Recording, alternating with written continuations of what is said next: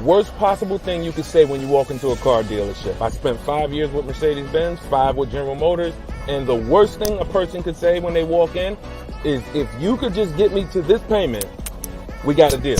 So your loan's probably still like 19, which means you got to pay to get out. You're upside down. It's called negative equity.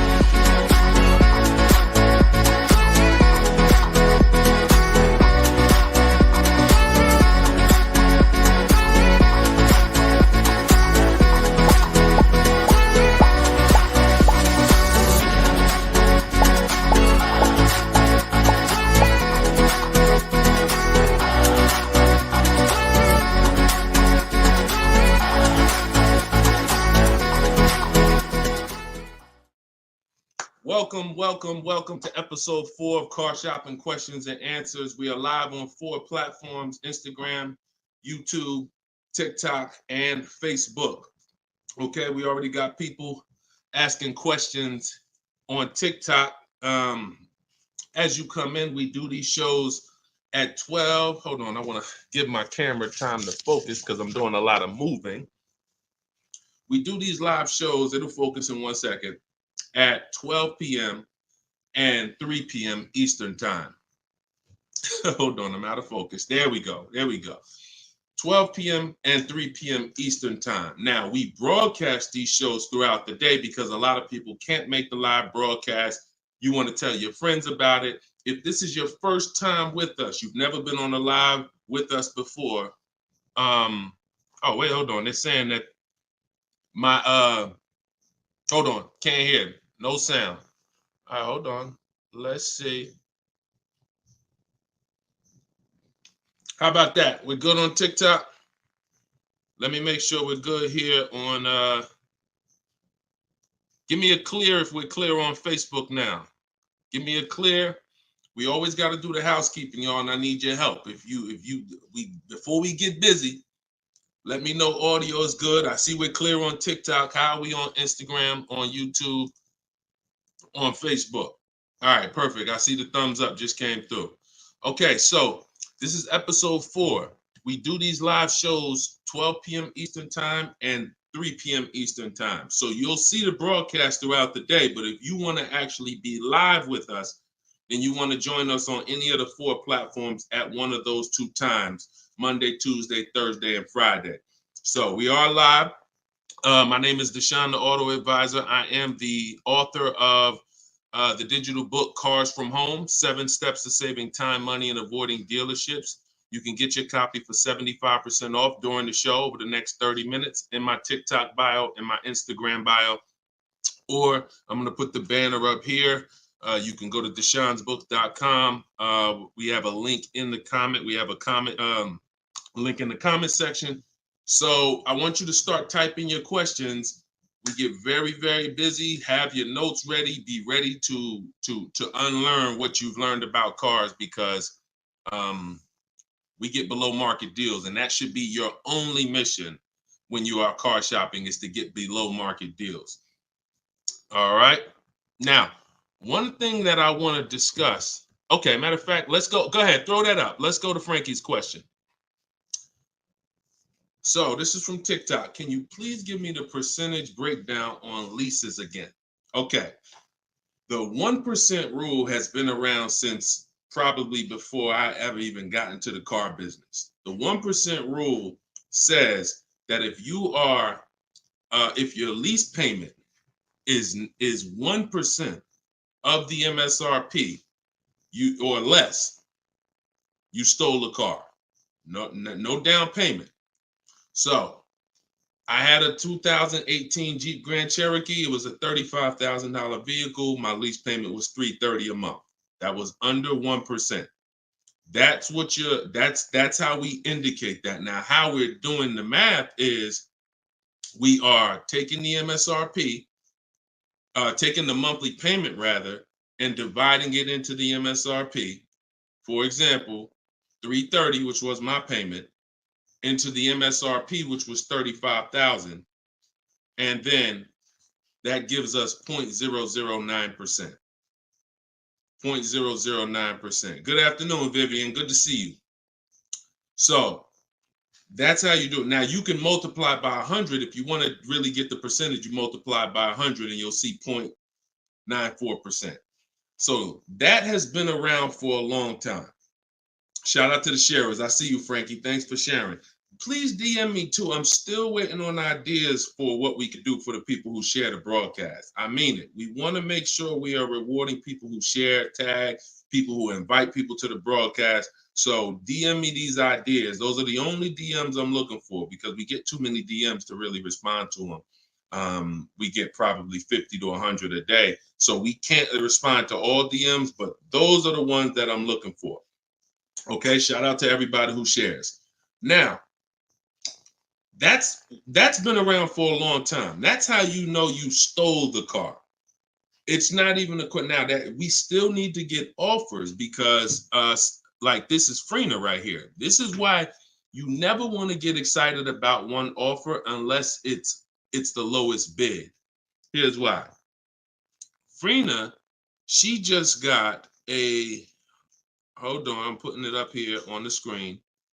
She just got a 0.88% lease on a Jeep Grand Cherokee hybrid anniversary edition. $65,000, $65,950 was the MSRP.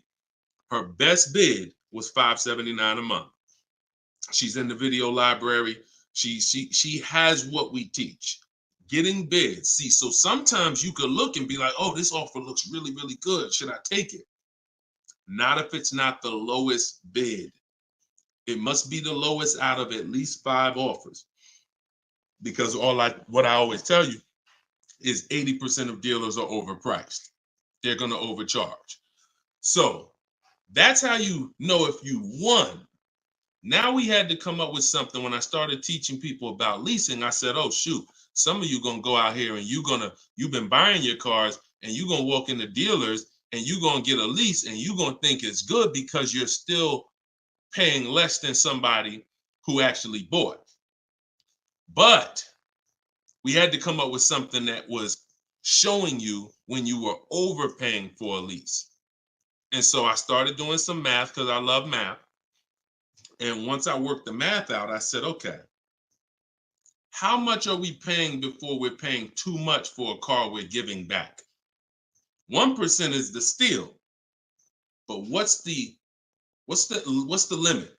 And I started looking at how cars depreciate, how much car, if you bought it, how much the car would depreciate. And I came up with 1.5%. So when we look at the same vehicle that is, let's say a $40,000 vehicle, for example, 1% is $400 a month or less. 1.5% is $600 a month. Now, what you look at is the total you're paying over the 3-year lease. 600 times 36 months, that's 21.6. So when you take $40,000, you add your taxes and everything, you're probably going to end up about 44. 21 is about the threshold where you're still paying less than if you had bought. You're still losing less value, but and you're tying up less money. But at the same time, that's the limit. Above 1.5%, there's no value in this lease anymore. And that doesn't mean we go buy the car. That means we look at competitors because competitors do offer more aggressive lease pro. Every single vehicle, you guys, and there's over 400 of them, has a different lease program. Sometimes even the trim level is different. The Touring has a different lease program than the Limited. So we don't deal with overpriced leases. And so that's why I created the 1.5% rule. That's how it became to be, based on the fact that I knew a lot of people, as they unlearned that bad advice about leasing, as I taught it and as they heard it from other people, they were going to go and get leases. And it's important that you know when there's no value in a lease and you shouldn't be accepting a lease. And that doesn't mean, and look, let me be very clear. That does not mean, that's why I explained the first part of this question, of this answer. You don't walk into a dealer and say, hey, I'm trying to get under 1.5. You don't walk into a dealer and get a lease quote and then you say, hey, well, look, I got to be under 1.5%. No, you're doing this wrong. Again, my mindset and what I'm trying to get you to use is Cars from Home, where you should be, the only reason you should be in a dealership is to test drive cars. if you're buying new cars or leasing. Test drive, you're in and out of there in 20 minutes. The next time you're back in a dealer is another 30 minutes to pick up your car if they don't deliver. That is the only reason. We never talk numbers in a dealership for a new car or a lease. Are we clear on that? These are rules where it's like, if you want to use what I teach, and I want you to use it so that you can get the results that Frina got, that Danielle got, that we've worked with over 8,000 people in the last since 2021. I want you getting those results. And in order to get them, you got to know what the boundaries are. Deshone says we never talk numbers in the dealership because you have no leverage there. Your leverage is at home, in control, communicating with multiple dealers, and where you can't get emotional. Okay? Clear? So that's the 1% rule, and that's the 1.5% rule, Frankie. Great question. Okay, shoot the next one in, Dolan. Great question. All right, this is Tony on Facebook. And remember, look, y'all, we are live right now. So some of you have seen the rebroadcast, and you're like, Deshone, okay, this is 3 p.m., 12 p.m., we're live. Okay, so this is the time to ask your questions. You're not watching the rebroadcast, and this is also the time to tag a friend and make sure they're here so they can get their questions answered. Shout out to the sharers. And could y'all keep tapping the screen on TikTok and running those likes up? This gets TikTok's attention and gets more people over here because we got to do this together. All right, Tony from Facebook says, hi, my lease is up in a month. I wrote to get 3 quotes from dealers. I only got 1. That's normal. The other 2 are taking their time. That's normal. I have a third-party restriction. Should I wait for the other 2 quotes or just run with the 1 quote? I never run with a 1 quote, and I get 5 quotes. So you're mentioning 3. I never mentioned 3. 80%, again, a lot of what we're talking about, y'all, is math. I'm unfortunate where I have the data. I got probably 5,000-6,000 people who have my book. We probably got close to 2,000 people in the Cars from Home library in my coaching program. That's a lot of data to prove that it's 80% that are overpriced. That's 4 out of 5. So the reason why we must get 5 quotes is because 4 are overpriced. So 3, not enough. Now, if you're doing this manually, this is still easier than you walking into a dealer doing it by phone. But at the same time, I do online. I go to their website. We are connecting with dealers through their website. You don't want to do this with third-party websites that say, hey, we could connect you with multiple dealers. You don't want that because now they're trying to sell your information to the dealers, and this is not what you want to do. You want to create a Gmail account specifically for shopping. We go to 25 dealers' websites. In my book, I link you to all the dealers so that you can just put in the zip code, and then it'll pull up all the dealers around you for every brand. But you can do this yourself. You can go there and you can actually you go to each dealer's websites. We do a copy and paste message. I have a template that I use that the people who follow my stuff use. And the template you need to tell them exactly what you want and what you're open to. Colors wise, this is why we build our car. We always build our car, go to the website, build the car, because we tell them exactly what we want and what we're open to. This takes us 20 minutes to contact 25 dealers online, copy and paste. We're telling them what we're looking for. Hey, these are the colors I'm open to, blue, black, or silver. These are the trim levels I'm open to, limited or touring. We're telling them this is these are the package, these are my must-haves. I need the big sunroof. All of that has to go in to it's not that you're not car shopping online. You're just now you're car shopping against people who their job is to make money. And so if you don't have what I'm telling you I've responded to hundreds of internet requests when I work for the dealers. If you're here for the first time, type a 1. If this is your first time ever being on a broadcast with us, type a 1. I want you to know a little something about me. I was inside car dealers for 14 years, responding to these quotes. So The reason why I'm giving you the exact strategies is because I know there's so many things that you're not trained to give the dealership that they need. They can't give you a quote without it. They can't shop correctly, without it. Okay, shout out to the first time people. Could everybody type welcome to the first time people? If you've been on here before, type welcome to the first time people. Now, once you give them that information, you're copy and pasting that. Copy, paste, copy, paste, copy, paste. You're doing that with 25 dealers. And then that creates the conversation to see where the dealers are actually coming, where the deals are coming from. But you need to see who has a car first. You need to see who has a car first. So, oh, you're talking about selling the lease. Okay, you're earlier in the process. Understood, Tony. Okay, perfect. No, just talk to another used car manager. And you want to have conversations because one, your car is worth different things to different people. You need at least 3 for that. You're on point. Yes, 3 quotes for your lease buyout. For your old car from 3 different used car managers. And if the 2 are not getting back to you, then just move on to other ones.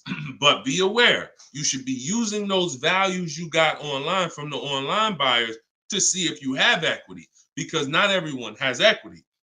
The whole purpose of the equity assessment is to make sure you're not leaving any money on the table. That's the purpose.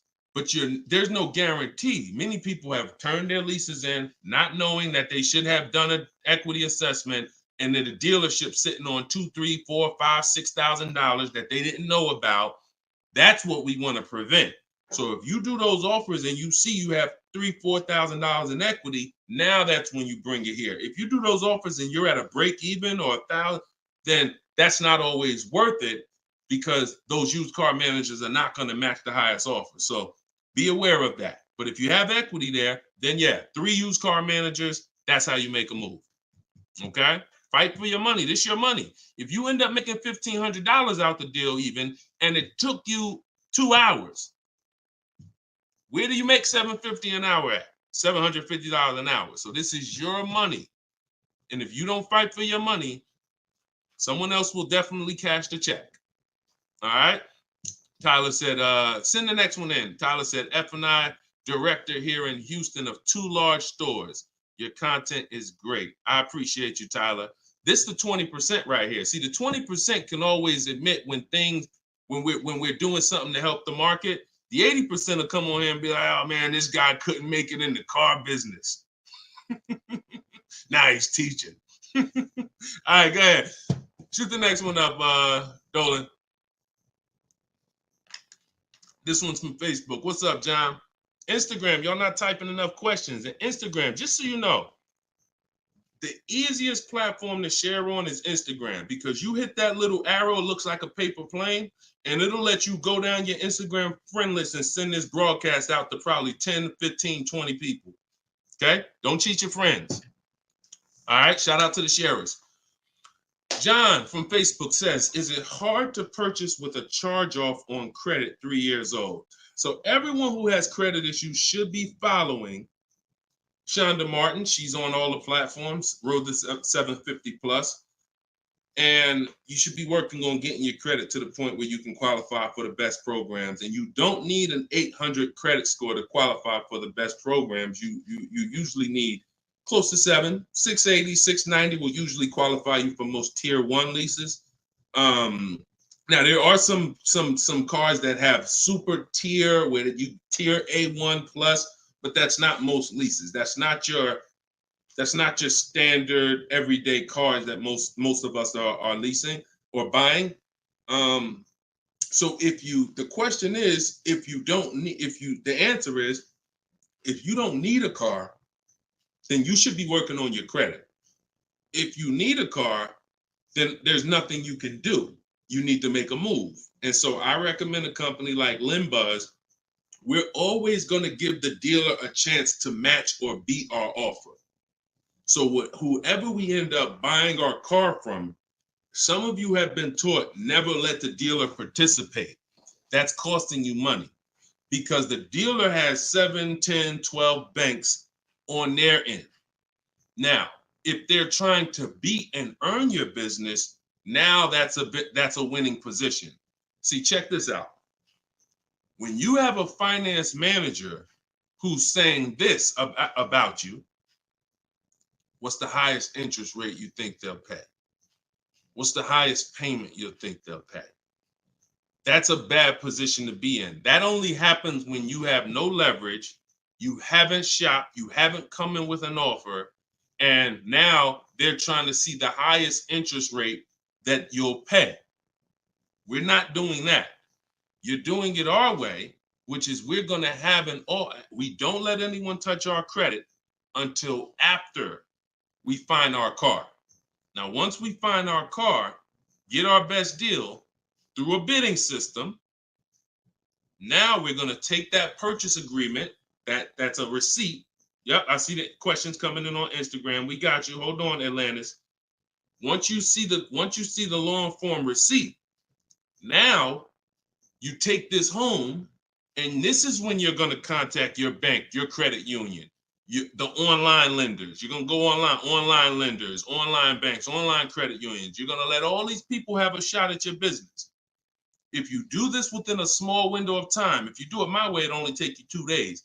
This is going to weigh on your score the same as one hard inquiry, because this is something called rate shopping. This is not going from dealer to dealer, getting turned down or putting in applications and nothing like that. This is how you rate shop correctly. I call this the bank bidding war. When you get my book, I also send you the bank bidding war blueprint. It's going to be going into my book, but I need about another month to be able to combine it. But I send you the bank bidding war blueprint. Now, the bank bidding war is 3 rounds. First thing we're doing is seeing, is there any special interest rates that the car we're buying has? In your particular case, John, with credit challenges, you're not going to qualify for that. That's okay. But we need to check that. If there's 0%, 0.99%, that eliminates our need to do anything else with financing, because no one else is going to beat that. Second part of the round starts, there's 3 rounds to the bank bidding war. The second part comes after we find our car, and it's what I just broke down. When we come home, we let all these banks, these lenders, online credit unions run our credit, and so they're bidding and submitting us their loan offers. Now, the third round is the dealer. That's when we're going to call the dealer who we reserved the car with and say, hey, I got 6.29 from this bank. If you can beat it, I'll give you the business. Now, this is the big difference, you guys. When you have a finance manager who's trying to beat your offer, who's calling their banks and saying, hey, I need to get 5 point something because this person already has 6. That's leverage. When you start bidding, like I'm teaching you, like what's in my book, like what's in everything we do, in my videos, everything's a bid. You have the leverage. And there's no way for you to overpay when you are getting bids. So that finance manager calls you back, it's only going to be 1 or 2 answers. Hey, Stuart, man, listen, I tried my best, man. I reached out to every bank I got. No, I can't beat that rate, man. I appreciate the opportunity, but you can go with your own financing. In which case, you guarantee you got the best loan. Second thing is, hey, you know what? You had a good rate, man, but I got somebody to beat it. So we can do it right here for you. Perfect. In which case, you guarantee you got the best loan. See, you don't have enough people competing for your business. That's where your buyer's remorse is coming from. That's where your lack of confidence is coming from. That's why you're driving off from a dealer saying, hey, you think we could have got more money? You think we could have got another $1,000 off? That's all buyer's remorse because you don't have enough people competing. So I want you to stop that. I want you to use what I'm telling you to do. All of this is in my book for those of you who like Deshone. I don't even want to remember all of this. It's all in my book, Cars from Home, 7 Steps to Saving Time, Money, and Avoiding Dealerships. This is what I've been teaching for 3 years. And this is what I've been doing since 2015 myself personally. So you can get your book for 75% off. Cue up the next question, Dolan. Oh, John, in your case, though, when you get that buyer's order, you would be reaching out to Limbuzz. So after you find your best car deal, you would be reaching out to Limbuzz and seeing, what their rates would be for you. And then you would be going with, still giving the dealer the opportunity to see if they can beat it. Because once a dealer knows you got an approval already, they kind of have a little more leverage to be able to see if they can beat that approval. But in any case, even if they can't, Limbuzz is pretty generous. but we don't do this until after we find our car. Okay? Great question. Shoot the next one up, Dolan. All right, this is Gemini from Instagram. Can a dealership legally raise the price from what is being offered online? Listen, nobody's suing dealers. So it's not really about what's going on legally. It's probably more ethics than anything.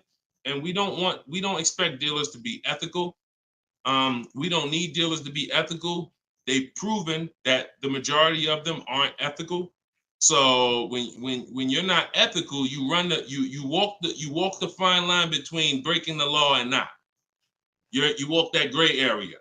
You know, yeah, I overcharged you. I know you could have paid less, but I know, yeah, whatever. But I know I could have sold you the car for less. But I'm gonna tell you that this is the best. Like, all of this stuff is unethical, but it's legal. So when it comes to what we're doing, our job is to protect ourselves. You can't go into a car dealership expecting them to protect you. You can't go into any business transaction expecting the person you're negotiating against or the person who's selling you a product to protect you. That's why we exist, because there's no one out there. If it hadn't been done, you'd been good. If there were, even if the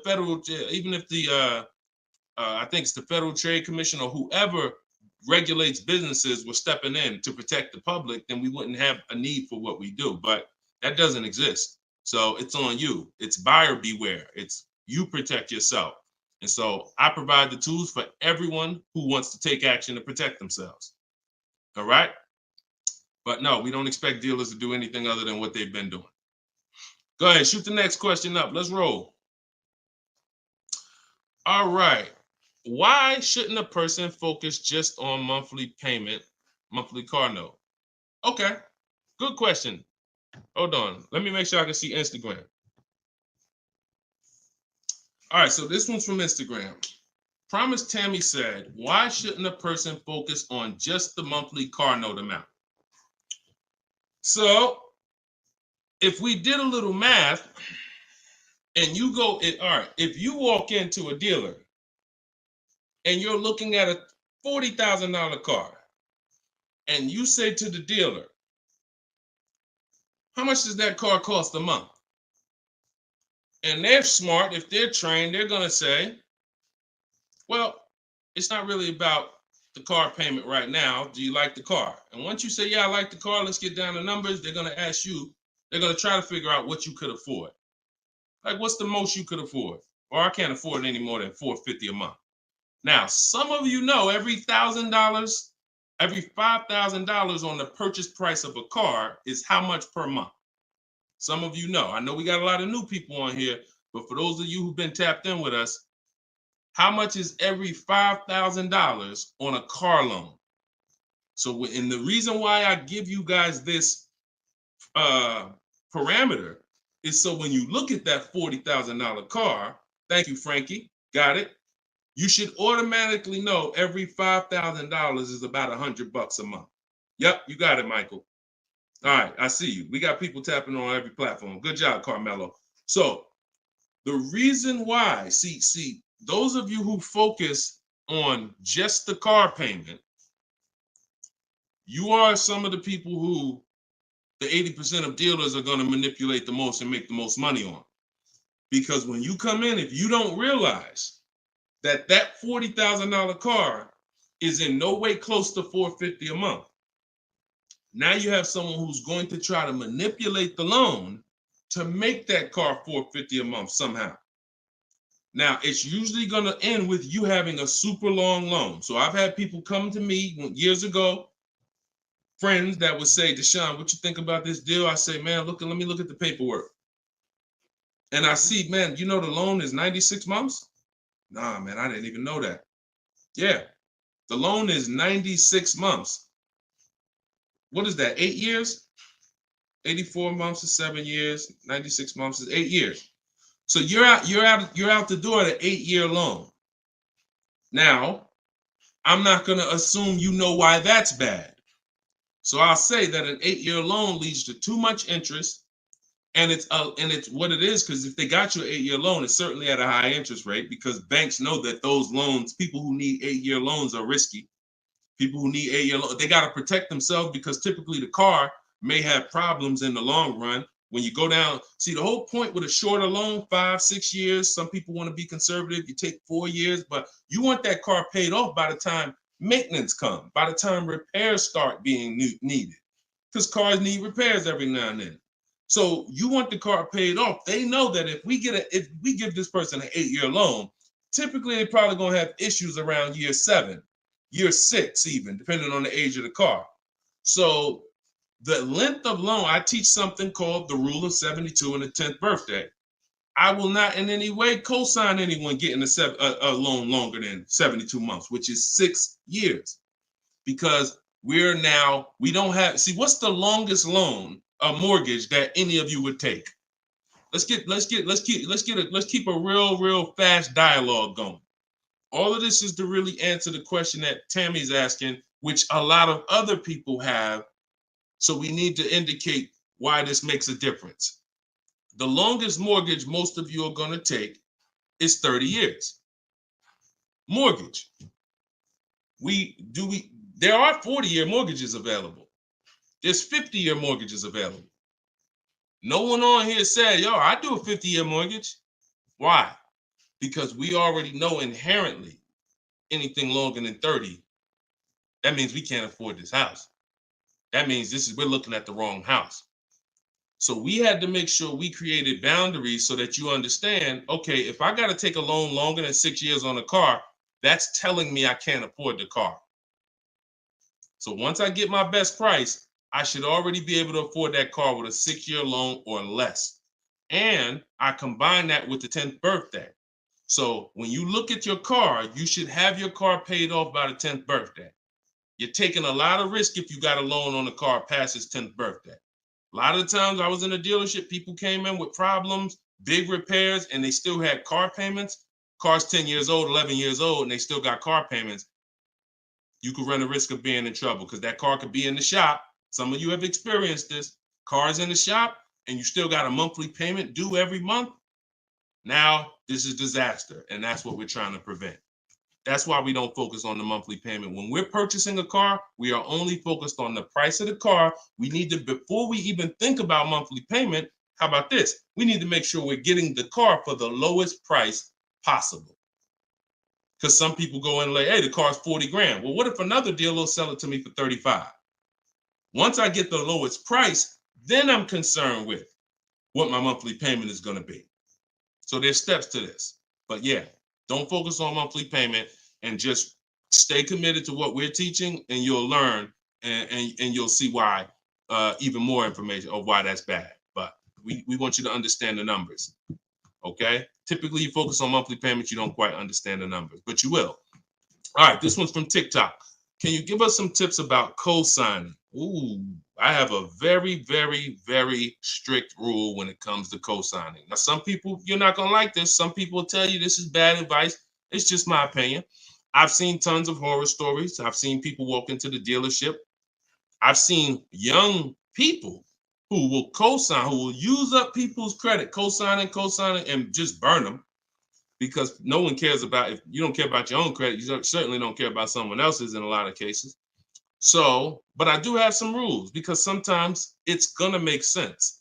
When you can pay, if a person does not pay, then you're good. Example, my daughter, we're gonna get her a car. I'll co-sign only if I can pay the note if she doesn't pay.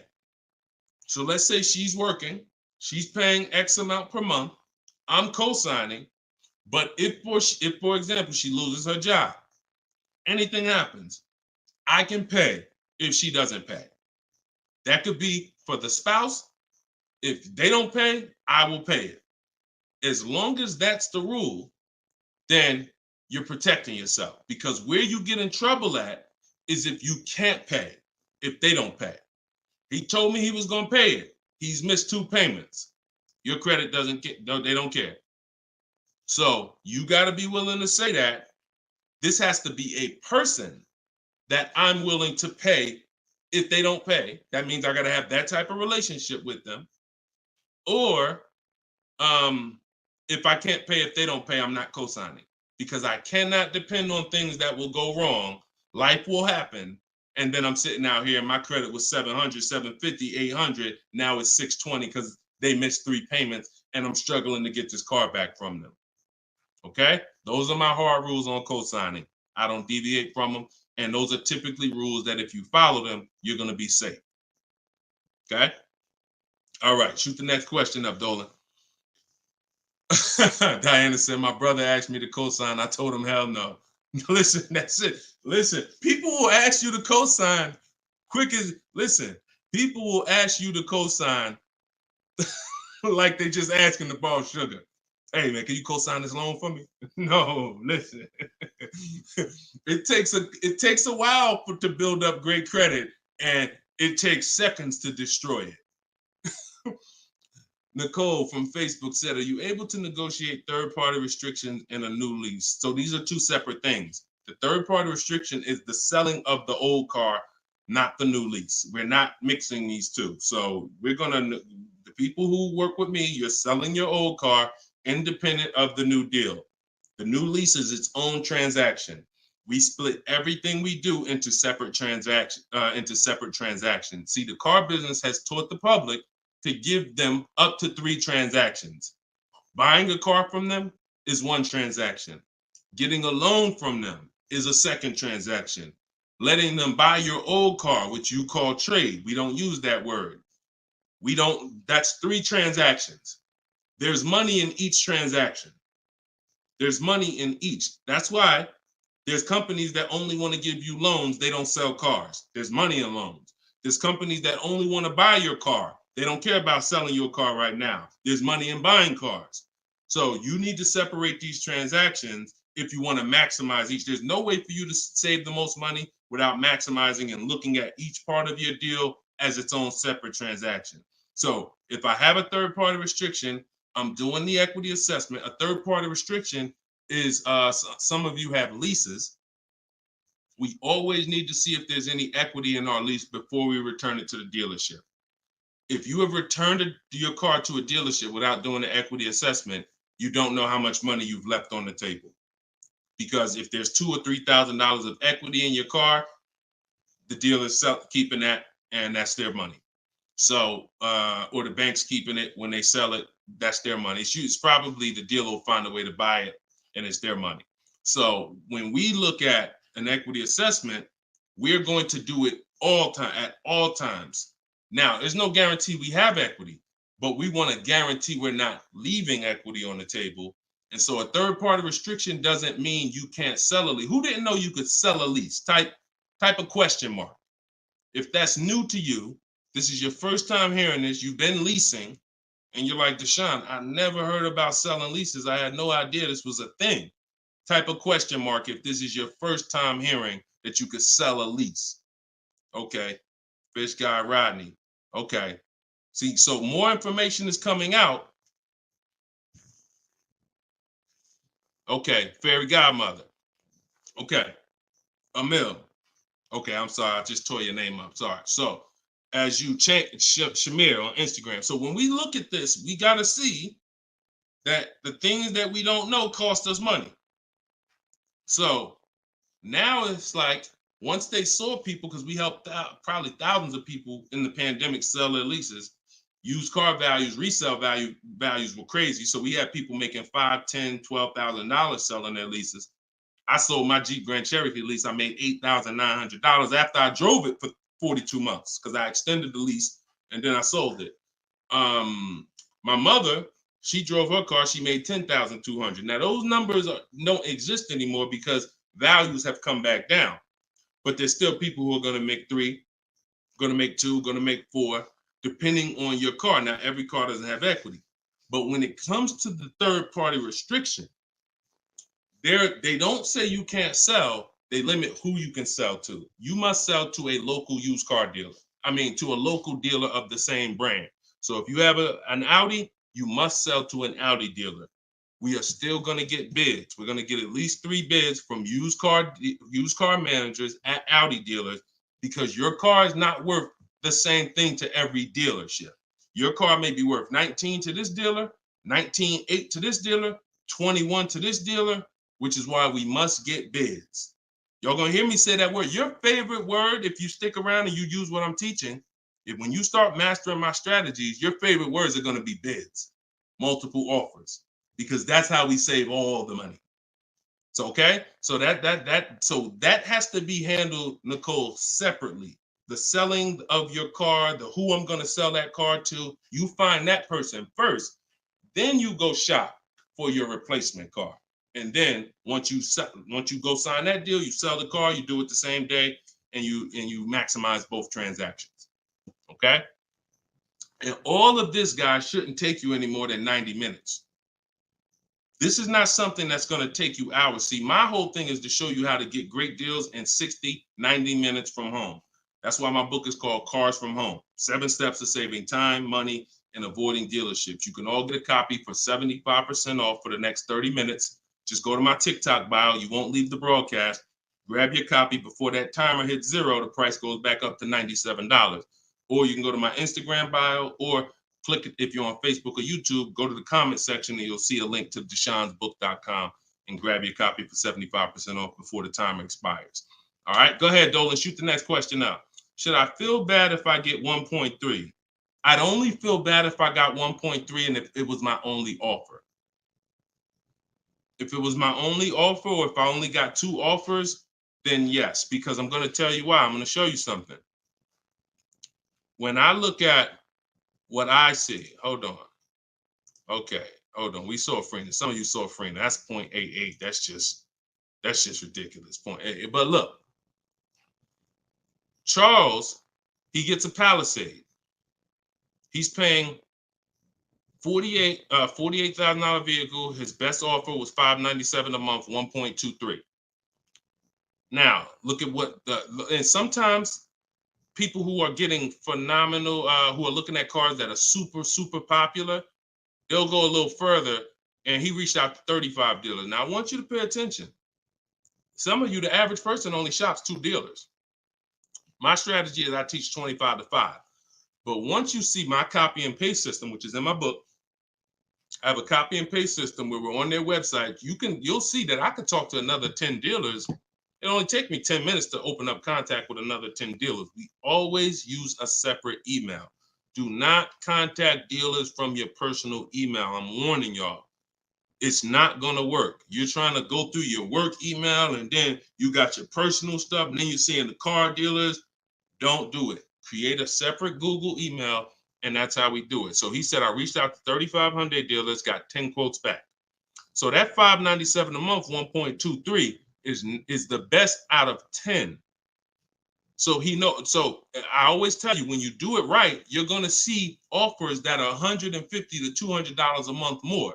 That's when you know you've exposed the 80%, and that's when you know you shop the right way. If you don't see that type of spread minimum, you haven't shopped enough offers. So that's the only time I would feel bad, GKA, is if I didn't get at least 5 quotes, because I don't know if 1.3 was the best. I'm gonna tell you a funny story too, because Freena's in our coaching program, and Freena reached out and she said she was looking at a Jeep Grand Cherokee. Get ready for the next question, but I'm gonna tell y'all, I want to hammer this home so y'all understand the importance of multiple offers and you don't get lazy, because the things I'm telling you might take another 30 minutes, 40 minutes, and they save your family $3,000. You can't put a price on. Well, you can put a price on that. So Freena was shopping for a Jeep Grand Cherokee Limited. She comes to the group and she said, Deshone, this was the best offer on a Jeep Grand Cherokee Limited. It was like 1.2 and change. But she said, the guy that made me this offer said he has this 4XE. It's a hybrid. And he said he could actually do better on that one. She said, what do you think he told me what it would be. It would drop the price here. I said, if you're open to that, then you need to run your quotes again and get 5 more offers on that vehicle, because it may have a better lease program, in which case you need to open it up again. She opened it up again. That's how she got her 0.88% lease. So if she would have just said, well, this guy is getting me 1.1, I'm gonna just take that, then she never would have found a 0.88. multiple offers. That's probably $100 a month difference than what the last offer, $100 a month times 36 months on this lease. You're talking about $3,600. And she did it in minutes. Once y'all learn how to do this, it's minutes. This is not hours. I'm not spending more than 60 minutes on shopping for a car. Now, that doesn't mean I'm not spending time to decide what I want. But once I decide what I want, once you know what you want, 60 to 90 minutes to get the best deal. That's it. All right, shoot the next one up, Dolan. Keep the questions coming, y'all. We are live every day at 3 p.m. Eastern time. Well, not every day. Monday, Tuesday, Wednesday, Thursday, and Friday. Monday, Tuesday, Thursday, and Friday at noon and 3 p.m. So this is our live show. Okay. Throughout the day, though, you may see a broadcast and you'll know, okay, you'll still be able to get value because most of the people who are asking the questions on here are asking the same questions you would have asked. So go ahead, Dolan, shoot it out. This is Raymond from YouTube. How do you structure a lease? So the first thing you want to do is look at the car you're thinking about leasing. And we like to use a 1.25% formula estimate to see if we should be even looking at that car. Okay. So if I'm looking at a car that's $40,000, I'm doing a 1.25% estimate. I'm multiplying it by 0.0125. And then I'm going to see, 40,000. I'm multiplying that by 0.0125, and that comes out to 500. So that's going to tell me if I'm looking to be at 300, that's not the car that I'm going to be looking for in most cases.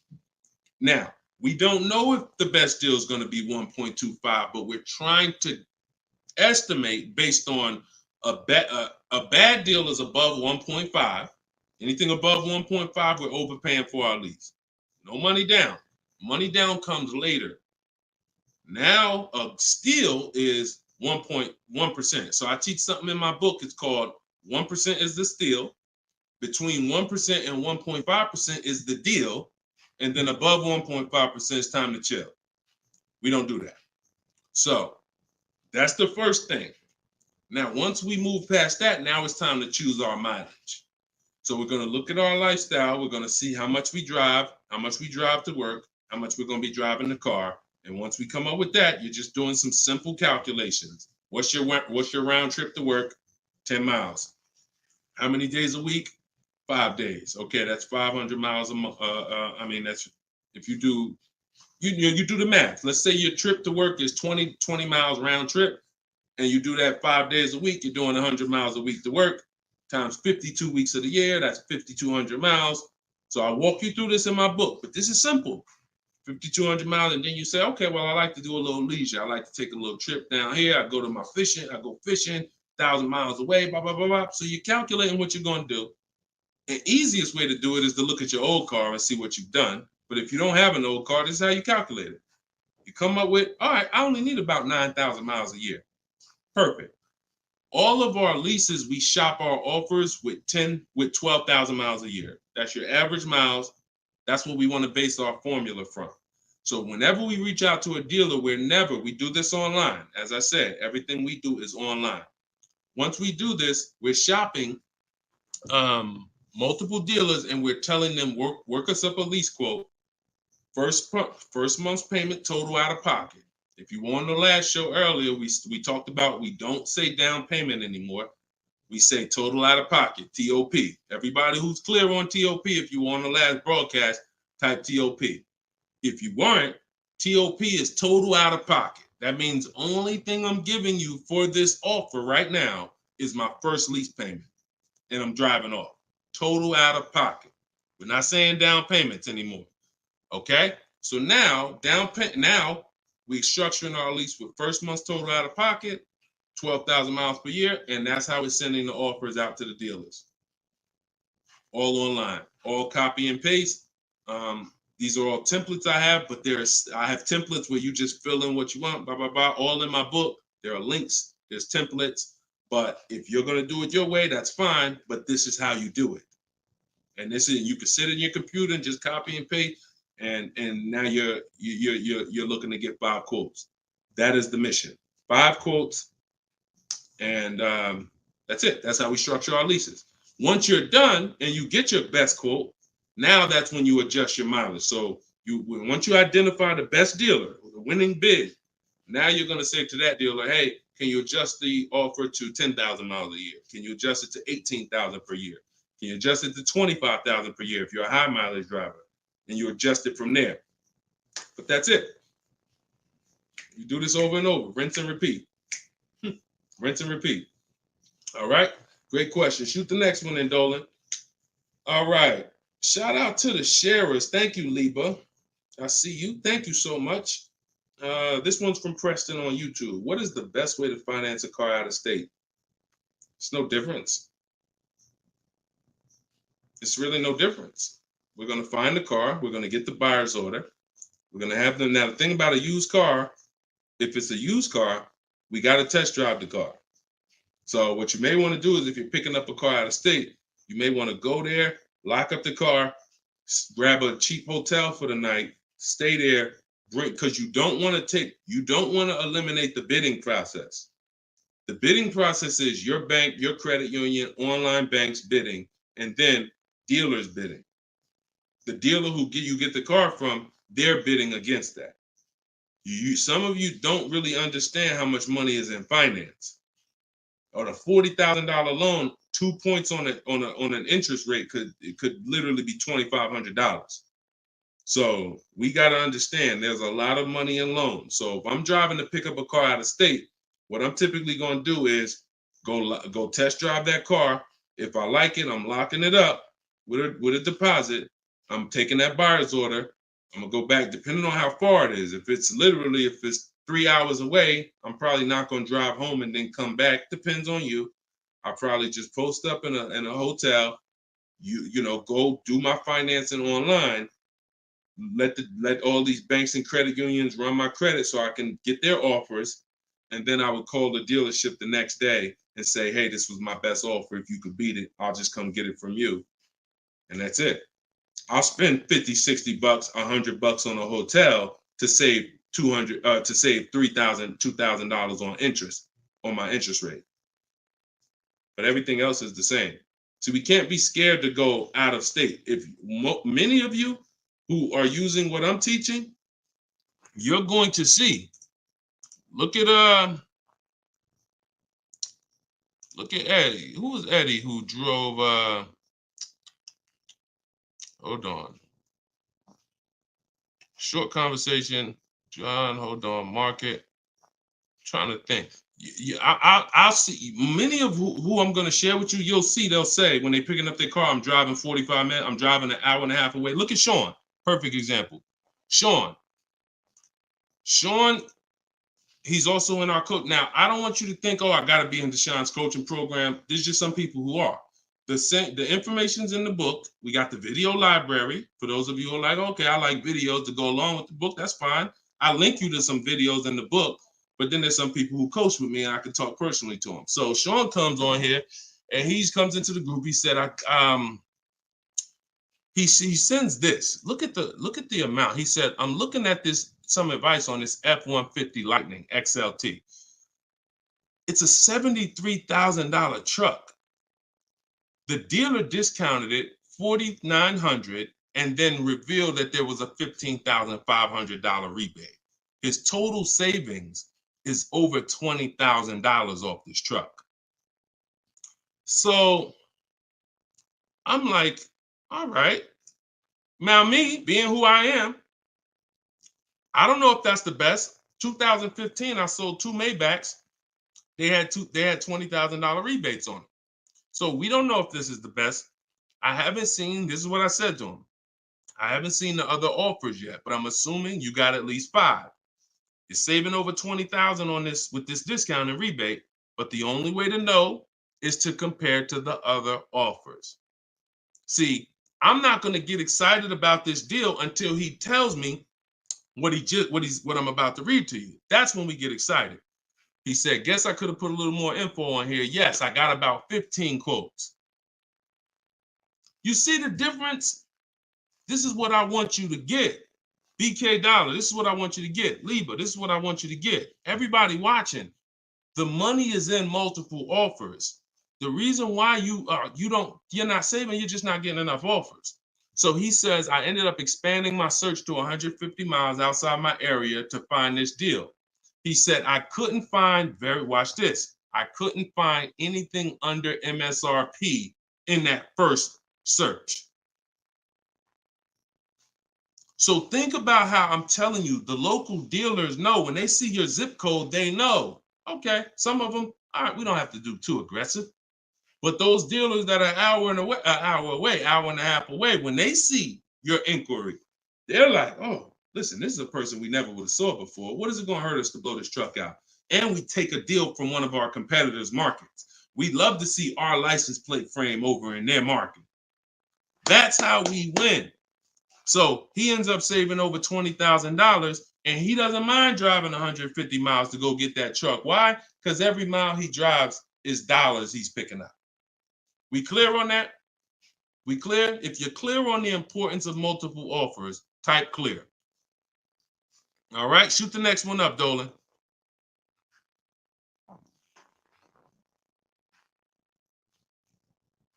Okay, this one's from Instagram. Atlanta's Black Gabriel, or Gabrielle. I think it's Gabriel, my fault. So, in the market for a new Chevy or used Chevy Malibu, what's the best route, leasing or financing?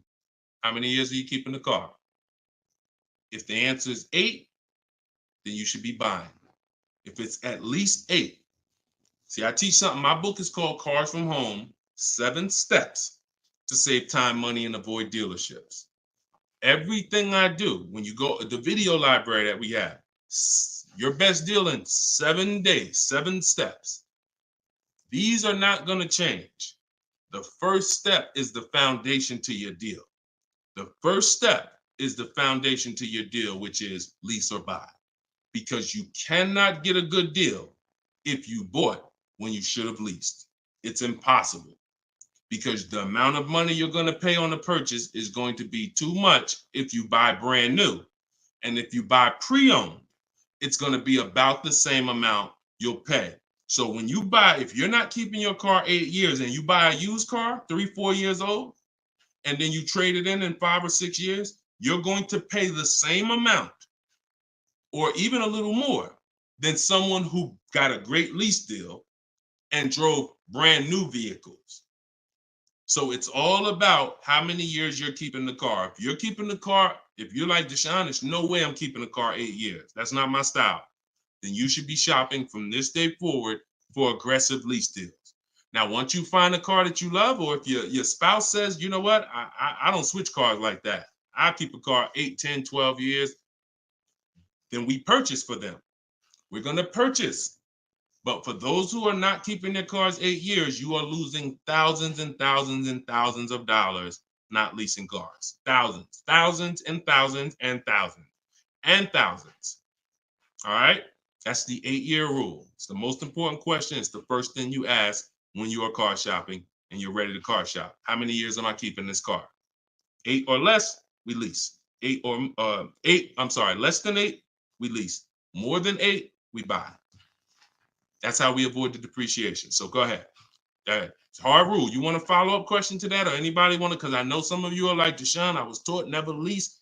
Whatever. You want to follow up to that question? That's perfectly fine. But that's the rule. And it's the rule based on money. I've seen thousands of scenarios, and I spend years and all my time shouting from the hills so people could understand how much money they're losing by not getting good lease deals or not leasing at all. Okay, go ahead, shoot the next one up, Dolan. Okay, this one's from TikTok. All right, Peyton. Do dealerships finance used cars too? Yeah, sure. Absolutely. But we don't finance, dealers are our last offer for financing, never our first. So what you should do is you should go watch the replay from earlier, episode 3. This is episode 4 of Car Shopping Questions and Answers. We do these lives Monday, Tuesday, Thursday, and Friday, 12 p.m. Eastern time and 3 p.m. Eastern time. For those of you who are like, because I want you to be able to tell your friends. Today, some of you are going to run into people who are car shopping. You need to be telling them, hey, you got to check this guy, Deshone the Auto Advisor. He does this show, live show, 12 o'clock, 3 o'clock, Monday, Tuesday, Thursday, and Friday. But you want to watch episode 3 where we went into detail about how we don't finance. In fact, early, I think we talked about it early on this episode. Your financing should be independent from the dealer. The dealer should be your last offer for financing. Because what you're asking for, that's 2 transactions. You're giving them 2 transactions of business. You're giving them the purchase of a car, and then you're giving them the selling you of your loan. So what we do is we separate these transactions and we get bids for each. So the only way I'm dealing with a dealer, the only way you're going to be dealing with a dealer is if they've won the bid, which means if I'm looking for a used car, you won the bid out of all the used cars. Like, all right, give you an example. This is Vincent. Vincent got a 3-year-old Lincoln Corsair, premium trim level, under 45,000 miles, clean Carfax, inspection, all from the comfort of home. I'm reading what he put in our group. He was targeting to find a discount of 30 to 35% from the MSRP. This is something that no one is teaching you guys about what you need when you're purchasing a used car. If you're going to be purchasing a used car in the future or your next car, or if you bought a used car in the past, type the letter U. Type the letter U. If you're going to be purchasing a used car, or if you have purchased a used car in the past, I'm about to give you something that you have never heard before, but it is no way for you to know you got a great deal until you start talking the way Brandon talks here. You notice he said 30, he was targeting to find something 30 to 35% from the MSRP. In order for us to know, I see you, Shelby. I see you, Emma. I see you, Katarina. I see you, Raymond. Okay, perfect. Atlanta's Black Gate. All right, a lot of people. Okay, so when you are shopping for a used car, let me tell you a story, give you an example, all right? So I was shopping for my pre-owned Infiniti truck 3 months, a little over a year ago. I narrowed it down to 3. Now, I narrowed it down based on title history, service records, accident history. We talked about this in the last episode, episode 4. Title history, service record, episode 3 rather. You can see it on YouTube. And if you're on YouTube, please make sure you subscribe and please hit the like button. It matters because that shows the algorithm that we talking business over here, that more people need to be here. So when I narrowed this down now I get to I think I narrowed it down to my top 4. They were all white. They were all within 30, they're all within $1,500 of each other. Now, here's the problem. This is where it gets complex for you. Because I'm looking at one that they're asking 30,000 and change, one they're asking 31,000, one they're asking 31,800.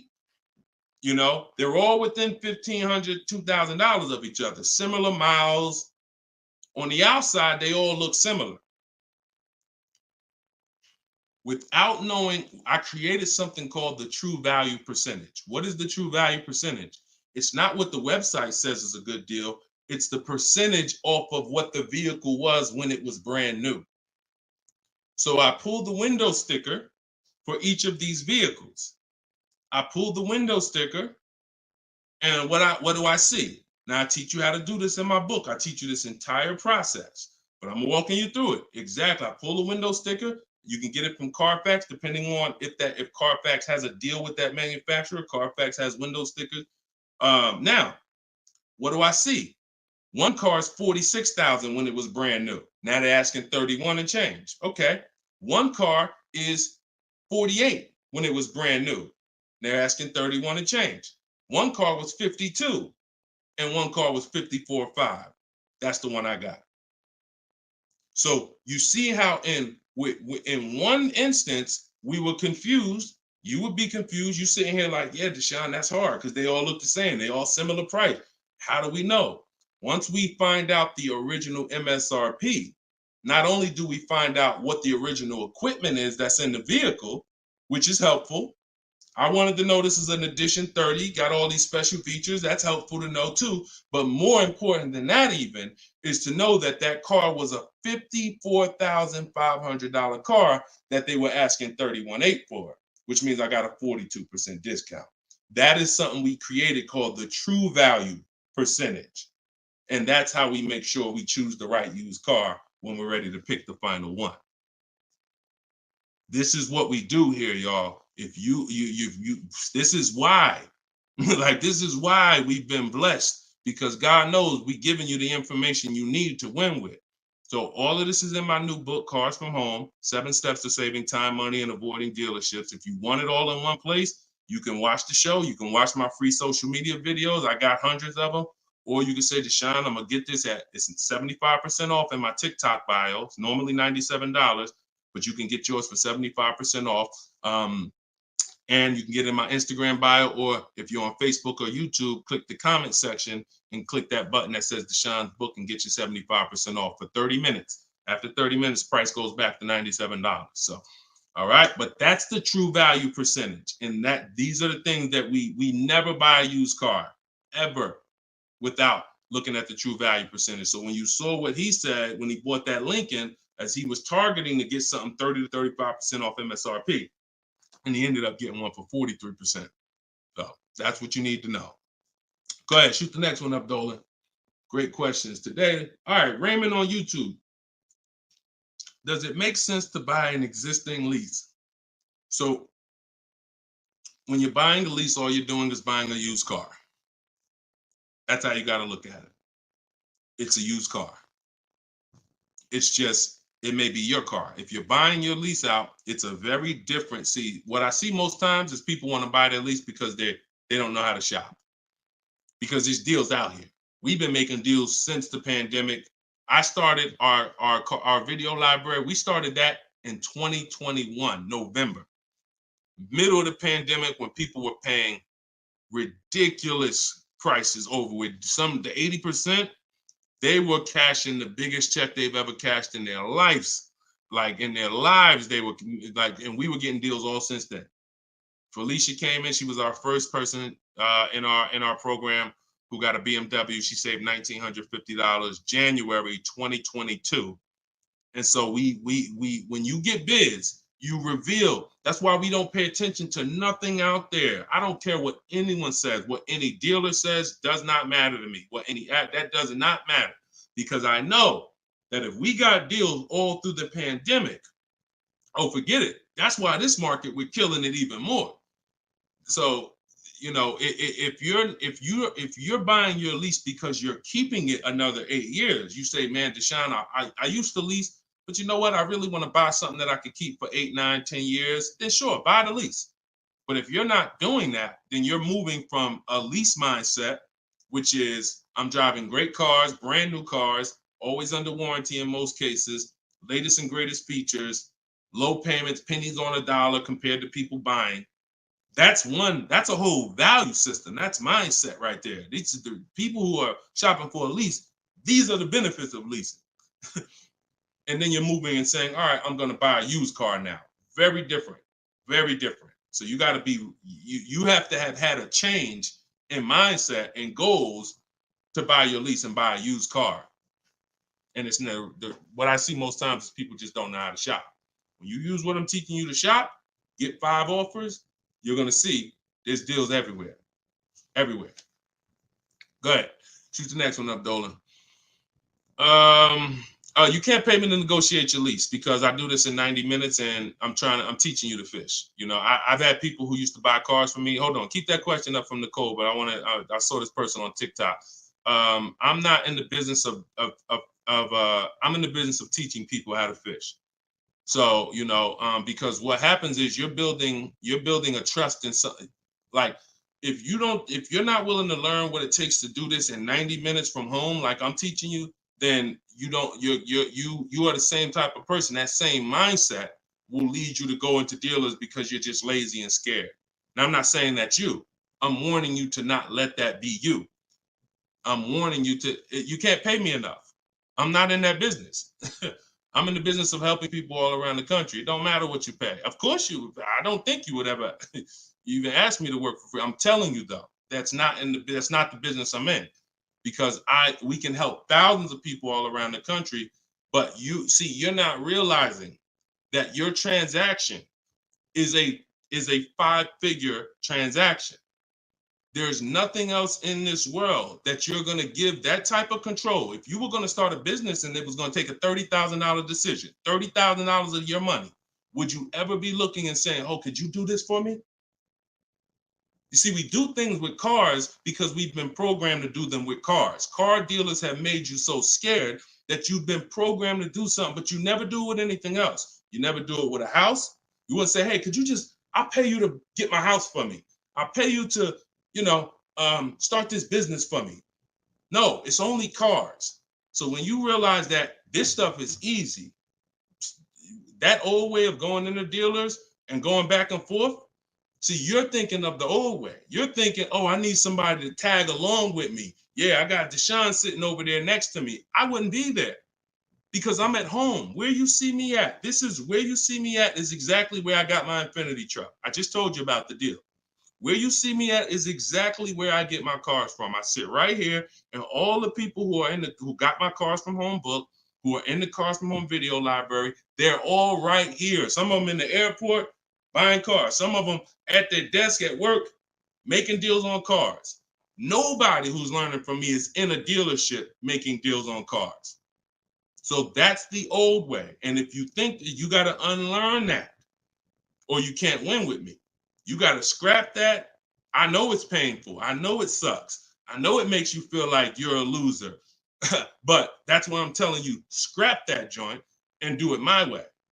And when you do it my way, you're going to be like, oh, shoot, man, how the heck wasn't I shopping like this years ago?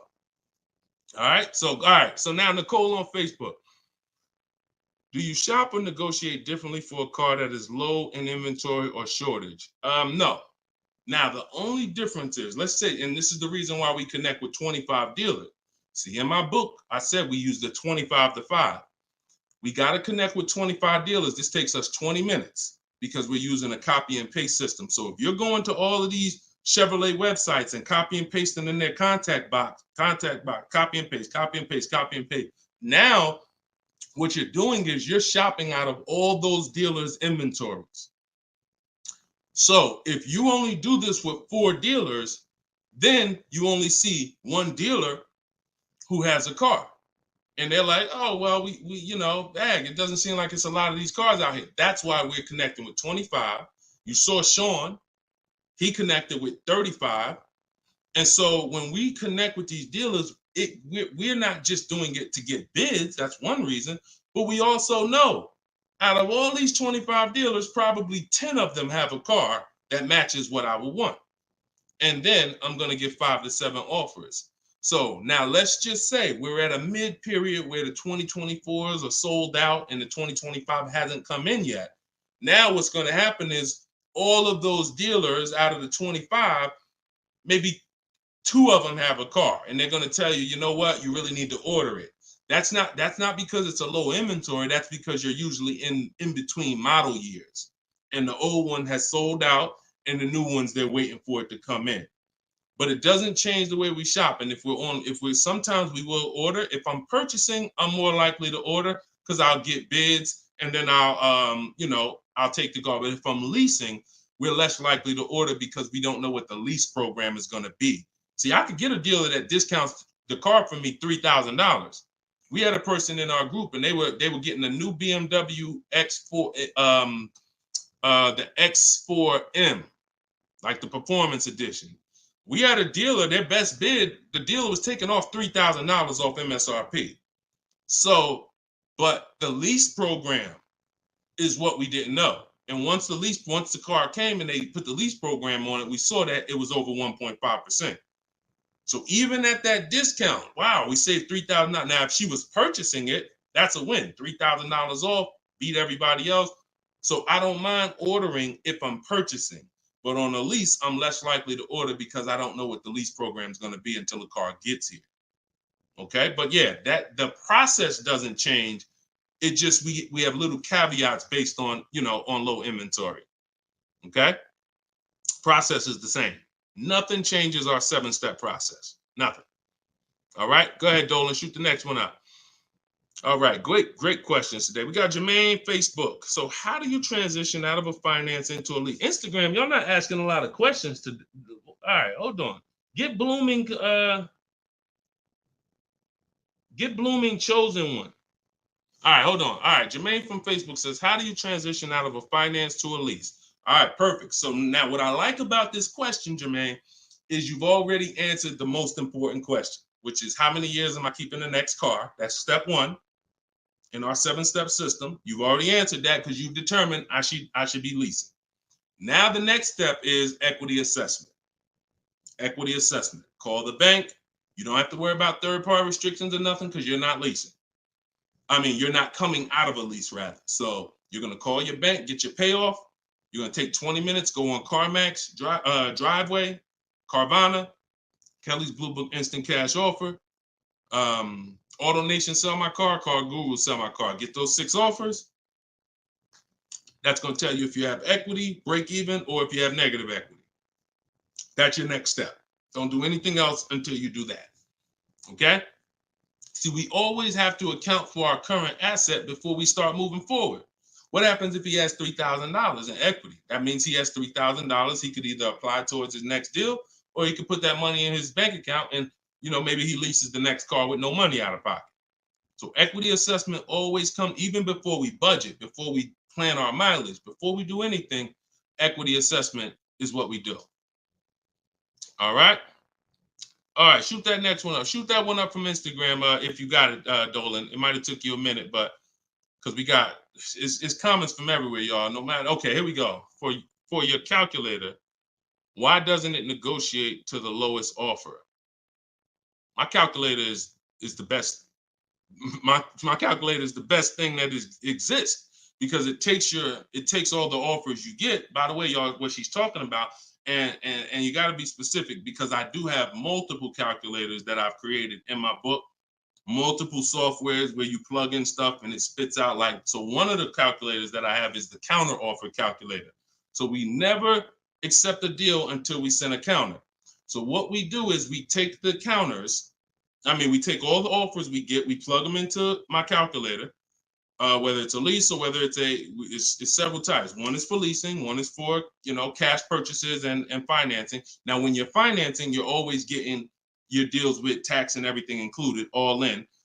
So what it does is it takes all the offers, you plug them in, and then it spits out which one is the best, and it counters everyone based on the best offer. So let's just say a dealer says, I'm gonna do a 1.1% lease, and then this dealer says 1.2. This dealer says 1.3, 1.5.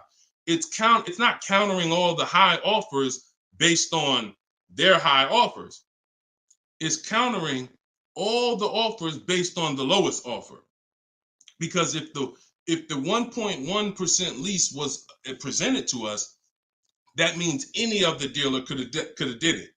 So now we're calling out the 80% and letting them know that if this dealer offered me 1.1%, then you all could have done it too. You're just choosing not to do it, in which case that's what the 80% do. So we counter every single one. We even counter the lowest one. And some people in the group will say, Deshone, man, this dealer is the lowest, man. Should I be countering them for another $50 less? I say you must counter. Because you don't know if there's another $10, $50, $20. If you don't counter until a person tells you there's no more room, even if they're the lowest, that's not the best deal. So sometimes you counter the lowest offer, and the lowest offer will be like, listen, man, I gave you my best shot. I got nothing else. We know they're telling the truth because we got 4 or 5 other offers that are much higher than that. Sometimes they'll be like, listen, I can't do that $50. I'll get you another $10. That's the best I got. We know they're telling the truth because all the other offers are a whole lot higher. So that's the way the counter offer calculator works. It's gold. It's gold. So all right, we had an hour and 19 minutes. We try to keep these broadcasts about an hour and 15. Every now and then we go a little over, but listen, y'all, we are live Monday, Tuesday, Thursday, and Friday, 12 p.m. Mark your calendars, 12 p.m. Eastern time, 3 p.m. Eastern time. I'm hoping to, in the next couple of days, have a link in my bios so that people will be able to actually go to our calendar, put a reminder, but you know it. 12 p.m. Eastern time, 3 p.m. Eastern time, Monday, Tuesday, Thursday, and Friday. And this whole broadcast is sponsored by, if you just jumped on, I'm the creator, I'm the author of the book, the digital book, Cars from Home, 7 Steps to Saving Time, Money, and Avoiding Dealerships. You can get it for 75% off. It's normally $97, but as long as you get there before the timer hits 0, you can get it for $24 in my TikTok bio, in my Instagram bio, or you could go to deshonesbook.com in the comment section on YouTube or Facebook. Get your copy for 75% off. I'm also the creator of the Cars from Home video library, and I've coached over probably 1,500 people now since 2021. So we've been doing this. Everything I'm teaching you is proven. And I'm going to tell you, just like I tell my coaching students, when you get my book, see, I don't do questions and answers for my book, y'all. See, there's people who DM me. First of all, I don't even see DMs. The reason why I can't do question and answers because there's no other author that does it. So I make myself available probably more than anybody. But when you buy the book, trust the process. If you don't see me say do it, don't do it. Do everything I say do. I tell everybody, even if they're in my coaching programs, you must trust the process that I'm giving you, and you got to unlearn your old process. Don't even think about your old process. Use my process, and I'll lead you to where you want to be at. Guaranteed. All right, so get your copy. I will see y'all all on the next broadcast. Tell your friends. Welcome to the new followers. Welcome to the new subscribers on YouTube. I appreciate y'all. We'll be back for episode 5. God bless you.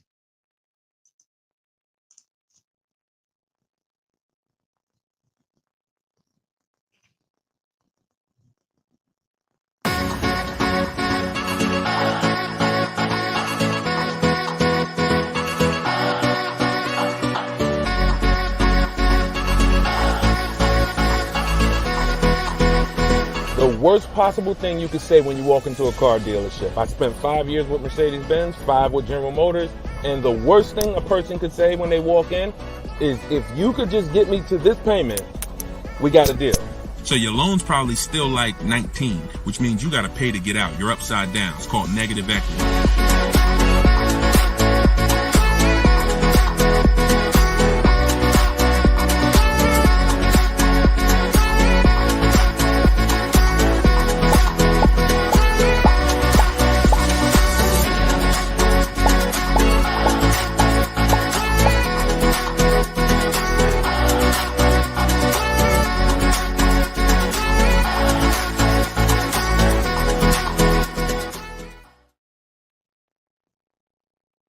What's going on? What's going on? Welcome everybody to Wednesday, 12 noon car shopping Q&A. This is episode 5. We do these live shows 12 p.m. We're not going to usually be doing Wednesday, but I said, you know what? Let's throw in a special 12 p.m. Wednesday. So we are actually live. I know some of you may watch the broadcast because we do rebroadcast these lives, but this is actually live, and we're going to be taking questions right now. So as you come in, if you could hit the share button and tag a friend. I'm just getting us up on TikTok right now. I got to make sure I keep people out who are under 18. So come on in. I'm going to share this. If you don't know me, if this is your first time seeing a show with me, type the number 1. Type the number 1 if this is your first time. Welcome back to people who have been here with us in the past or on previous shows. My name is Deshone the Auto Advisor. I spent 14 years in the car business, 5 years with Mercedes, 5 years with General Motors. And now what I do is I show people who want to learn how to car shop from home and how to save more money from home than they're ever going to save in a dealership. So I'm the author of the book, the digital book, Cars from Home, 7 Steps to Saving Time, Money, and Avoiding Dealerships. And I'm also the creator of the Cars from Home video library, which is a step-by-step video platform. But anyone who's on here for the next 30 minutes, you can get a copy of my new book, Cars from Home, in my TikTok bio at 75% off. It's normally $97, but for 30 minutes, you can get it in my TikTok bio for 75% off, Instagram bio for 75% off. Or you can go to deshonesbook.com in the Facebook comments or in the YouTube comments. But let's get busy. Get your copy for 75% off. Everything I'm going to be talking about on this show, once again, this is live. It's Wednesday. This is a 12 p.m. noon show. So for those of you who may have seen the broadcast, this is actually live, so we can start typing our questions in. And my man Dolan's going to pull those questions in as you guys type them. And we're pulling questions from TikTok. We're pulling questions from Instagram. Shout out to TikTok. Y'all can start typing your car shopping questions, and let's get busy. What's up, Mike? What's up, Fancy Girl? What's going on, Crows fam? I see you back. Good to see you. What's up, Manly Snacks? Good to see everybody coming in on TikTok. And as you come in on TikTok, can y'all start tapping the screen? If you're going to spend 10, 15 minutes with us, start tapping the screen, shooting those likes up. And then my man Dolan is going to bring in the first question when y'all type it. So Instagram, make sure y'all typing. Sometimes Facebook and YouTube, we notice y'all are a little slow. We need y'all to get a little faster because TikTok always types their questions fast, and Instagram usually types their questions fast. But Facebook, y'all got to get a little faster with y'all questions. So we know that y'all going to step up today and start getting your questions in. All right. I see one that came in from JC. You want to pull that one up, Dolan? On YouTube? Okay. Our best deals, are they made from the comfy confines of our home, or should we hammer it out at the dealership going toe-to-toe, jab for jab with the salesman, finance, and sales managers? Well, you have no leverage when you're face-to-face with someone. And leverage is what gets you good deals. Leverage is what, oh, we up to 500 likes on TikTok already. Shout out to y'all. Keep tapping the screen. Appreciate y'all. And tag a friend. Everybody bring your friends over. They need this just as much as you do. So what JC from YouTube just asks is it better? He's basically saying, am I gonna lose something by not being in the dealership face-to-face with a car salesman? You know, am I losing something? And it's a good question, but you're losing something by being there. And let me explain why. You're losing something by being there because your leverage in a negotiation, it comes from you talking to other people and having other offers. Let me give you a real example so that you can really understand that. When people are negotiating for your business, you're going to save the most money without trying. You go into the supermarket. Do you have to try to find the best deal on laundry detergent? Do you have to try to find the best deal on, anything, spaghetti sauce? No. Why? Because companies are actually hoping that you look and see that they're the best deal. Hey, look, we're on sale this week. Hey, look, choose us. They're trying to get your attention. They realize they're competing with all these other brands and they don't mind. So even with a TV, I always use a TV for example. If you go out to buy a TV right now, is anybody on here worried about overpaying for a TV in 2024? Anybody? And I always want to remind people, as you new people come on, this is live. This is Wednesday, our 12 p.m. live call. So our 12 p.m. live show. So you can ask your questions. This is not our rebroadcast. So what is anybody on here worried about overpaying for a TV? Anybody? No. Why is that? Because you already know that companies are competing to sell you a TV. Sony, TCL, Samsung, all of these companies are competing. Therefore, you're not gonna overpay. That's what we bring to car buying. In a nutshell, y'all, if I can wrap up what I'm trying to show you with Cars from Home, the reason why my brand is called Cars from Home, my book is called Cars from Home, my library is called Cars. The reason is because it's a mindset. It's a mindset. You're bringing the same mindset you would bring to shop for your TV to cars. And you don't overpay. You don't have anybody on here worried about having buyer's remorse for the TV. Look, Fancy Girl, Kiki, no. Look, RJ Newscom, no. Look, Patrice on Instagram, no. So no one on here is worried about overpaying for any of these items that years ago, we used to be worried about overpaying for TVs, but not anymore. So when you start staying at home and getting multiple offers and kill your programming that the car business has programmed you into thinking that you need to go in, then you're going to see how much money you save quicker. Okay? Who's not a good negotiator? As you come on, I want y'all to answer this question. Who's not a good negotiator? I see you, Yayo. I see you. Okay, I see you, Fun Times. Welcome, Tone Bud. Who's not a good negotiator? Just type me if you're just, Deshone, it's not my thing. I'm not really, look, Crow's fan. No, I'm not. What's up, Tom? Julia? So all of these, look, John C on Facebook. No. William on TikTok. No. All of these people are not yet. Danny on Instagram. So what I want to tell y'all is you no longer have to think you need to be a good negotiator to win with buying cars. You're going to start making people negotiate with each other. And that's multiple offers. So if you're buying your next car and it's a new car, you're going to get at least 5 offers from 5 different dealers. And if you're leasing your new car, you're going to get at least 5 offers from 5 different dealers while you're at home.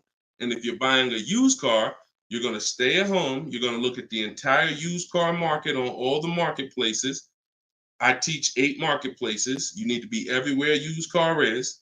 These are like if you were buying a TV, to continue to use that example, you wouldn't just be on Walmart.com, but not be on Amazon. You wouldn't skip Best Buy. You wouldn't skip PC. Wherever there's a TV, you would be. It's the same thing. And y'all are going to save more money than you've ever saved, easier. This is how you take control and have your confidence, and you are empowered. Okay? So that's the answer to your question, JC. You don't lose by being at home making dealers bid. You lose by being in dealers going one-on-one. Okay, great question. Shoot the next one up, Dolan. All right, this one is Mr. Martinez on TikTok. Do they require a credit check with the request? Now, that's a good question. They'll make you think they do. Whenever somebody requests your credit for a quote, just know that that's a tactic. This is why you don't want to be in dealers talking. Remember this rule. Never talk numbers for a car in the dealership. Okay? Never talk numbers in the dealership. You want to only test drive the car. Now, it's a little different with a used car. New cars, leases, never talk numbers in the dealership because you have no leverage there. It's continuing to go back. You have no leverage inside the dealership. Now, when you are requesting your quote, you're going to the dealership site. In my book, my book is called Cars from Home, 7 Steps to Saving Time, Money, and Avoiding Dealerships. Everything that I'm teaching y'all is out of one of those 7 steps.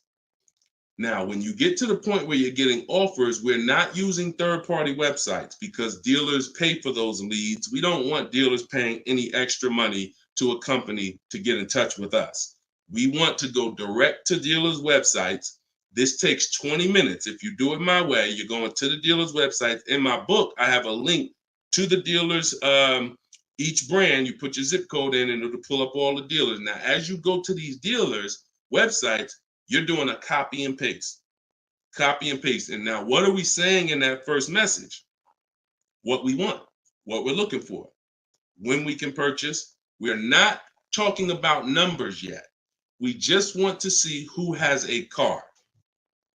Now, once we see who has a car, now my strategy that I like you to start using, and some of you who have my book, you've used it already, is the 25 to 5.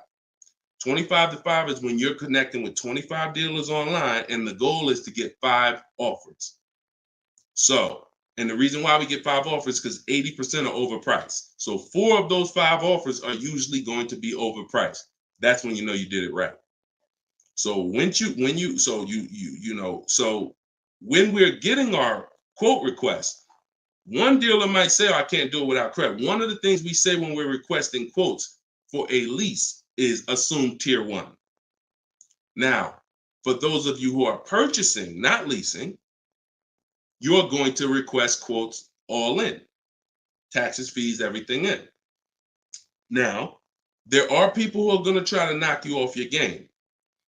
Some of you know, if you have my book, I have scripts for everything they're going to say, because I used to have to use these templates. You're going to hear stuff like, oh, we need you. When can we get on the phone? Can we just have a quick phone call? My script for that is, I'm going to be handling my whole process from home. I'm only going to be talking to the person who actually makes the best offer. And then you always end with a question. So you will always ask. You never want to end your communication online just end with a statement, because they're trying to get you on their agenda. You're trying to keep them on our agenda, which is, you're either going to let me know what car you have. Do you have a car that matches what I want? Second, once I confirm you have a car that matches what I want, can you give me an offer for it? That's what we want. And everything we do is to stay on that agenda. Does that make sense? When you're leasing and you're buying new cars, you have to have an agenda, because, again, I'm trying to teach you, I want you shopping with strategy. I've been doing this, helping people since 2021.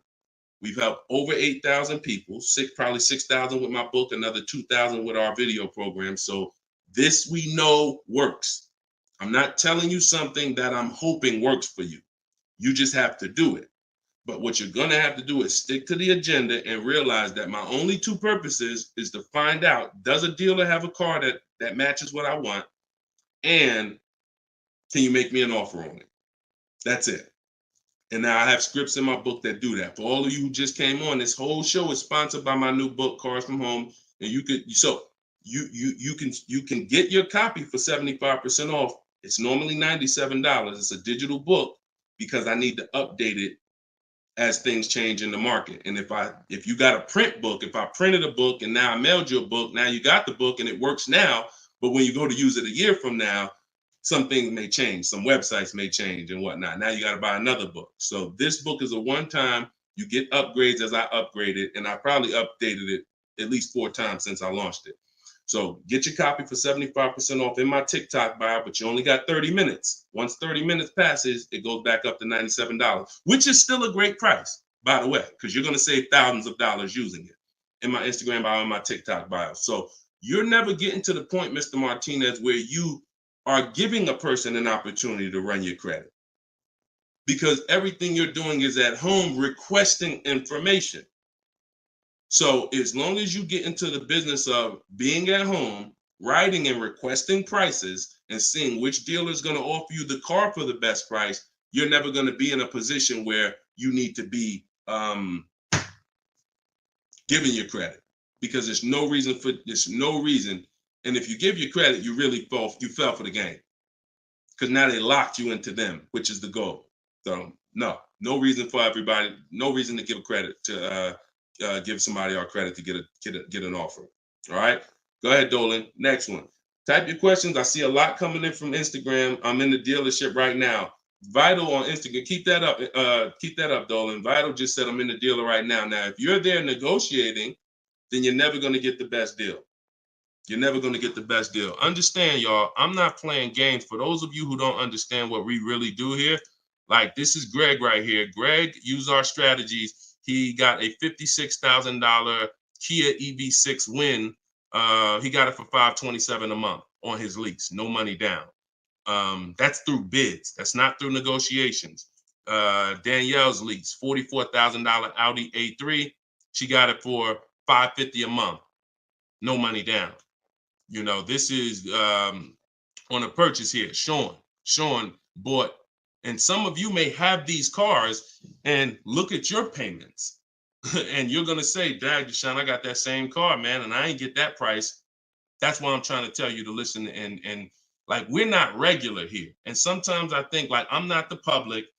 I could be in the car business making $200,000-$300,000 a year if I wanted to.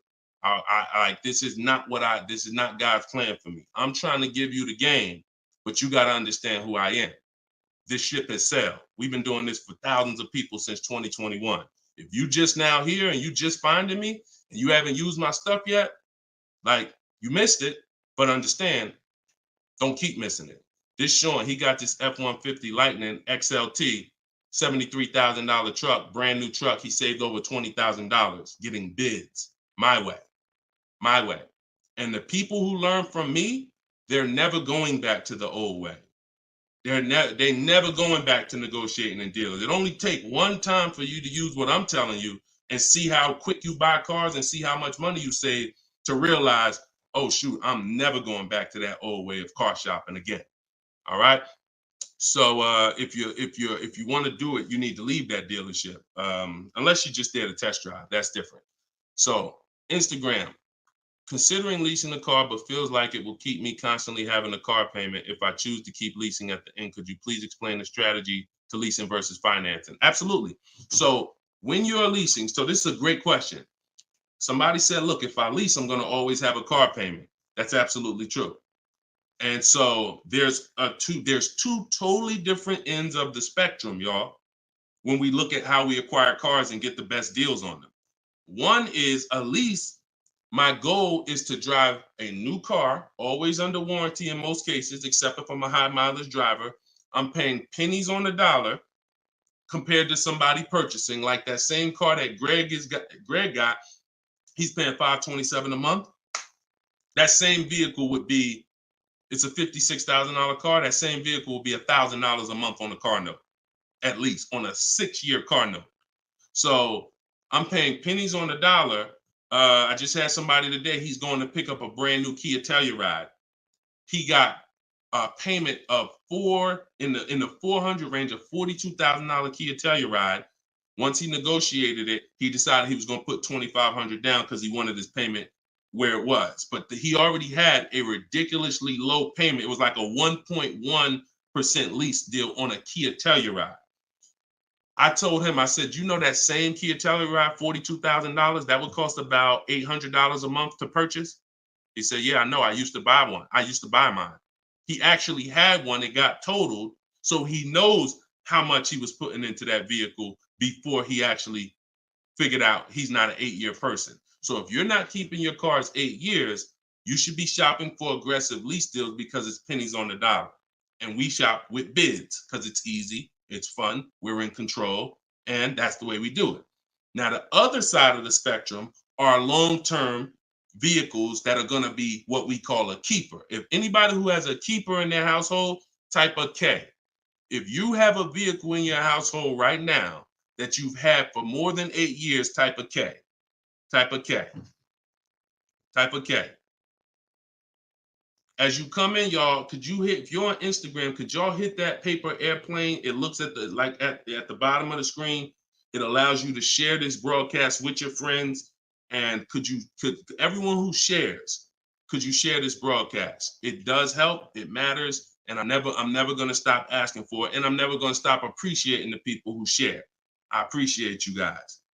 And your friends will appreciate you more than anything, more than even I appreciate you. When you tag a friend who doesn't know me and they're car shopping, they'll appreciate you more than even I appreciate you.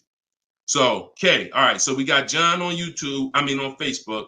We got Michael. We got hold on, let me see. Acura MDX. Rob Korn got an Acura MDX on Instagram. He's had it 195,000 miles. So these are what we call Derek on TikTok, Donald on TikTok. These are what we call keepers. These are vehicles that, again, someone asked a question about understanding if I always have a car payment, if I lease, can we please explain the strategy of leasing versus financing? I just told you the benefits of leasing. Now, all those benefits come at a price. Now, the other side of the spectrum is the long-term keeper vehicle where now we have outlived depreciation because the unseen expense is the one that's killing you. The unseen expense is depreciation. When you buy your car today for $30,000, tomorrow it's not worth $30,000, right? Tomorrow, you can buy a car today for $30,000 and bring it back to the dealer tomorrow. They're not just giving you your $30,000. You've lost money in one day. That's depreciation. Now you can sit that car outside your house and you can have that car. You don't drive it 1 mile. You never even touched it. And you go out there and a year later, is it worth $30,000? No, right? You never told, but Deshone, I didn't even drive it. But you understand, it's not worth $30,000 anymore. It sat there for a year. Now it's probably worth $24,000. That's depreciation. So some of you have been trained to think, oh, well, I buy my cars because I don't want to pay for the mileage. What I'm trying to get you to understand is when you understand depreciation, you're going to see not only do you pay for the mileage, whether you buy or lease, you pay for the car whether you drive it or not when you buy. Does that make sense? Type clear if y'all are clear so far on this, on these principles. Because it's bad information that's been fed to you for all these years that, oh, you know what? I like to drive as much as I want. Oh, I like to do everything and I don't want to pay for mileage, so I'm going to buy. But what you're seeing now is, oh, shoot. If I drive no miles, my car's worth less. If I drive average miles, my car's worth even less. If I drive high miles, my car's worth even less. Depreciation. It's the unseen expense. So now our goal with purchasing the right way and picking whether I'm going to shop for great lease deals or whether I'm going to be a long-term keeper is to avoid where the depreciation loses us the most money. The most money. Look, right here, 3, 4, 5, 6 years, you're losing the most money. This is when you don't want to have bought your car and replaced it, because you're losing thousands and thousands of dollars every year. And now many of you have been taught it's okay to switch cars while you're in here, dropping. But going back to the keepers know, all right, I'm switching cars when my value is like this, my depreciation. So all of you who said out there that you got a car that you've had for 8 years, 10 years, 12 years, now you're gonna, here's what proves to you what I'm saying is true.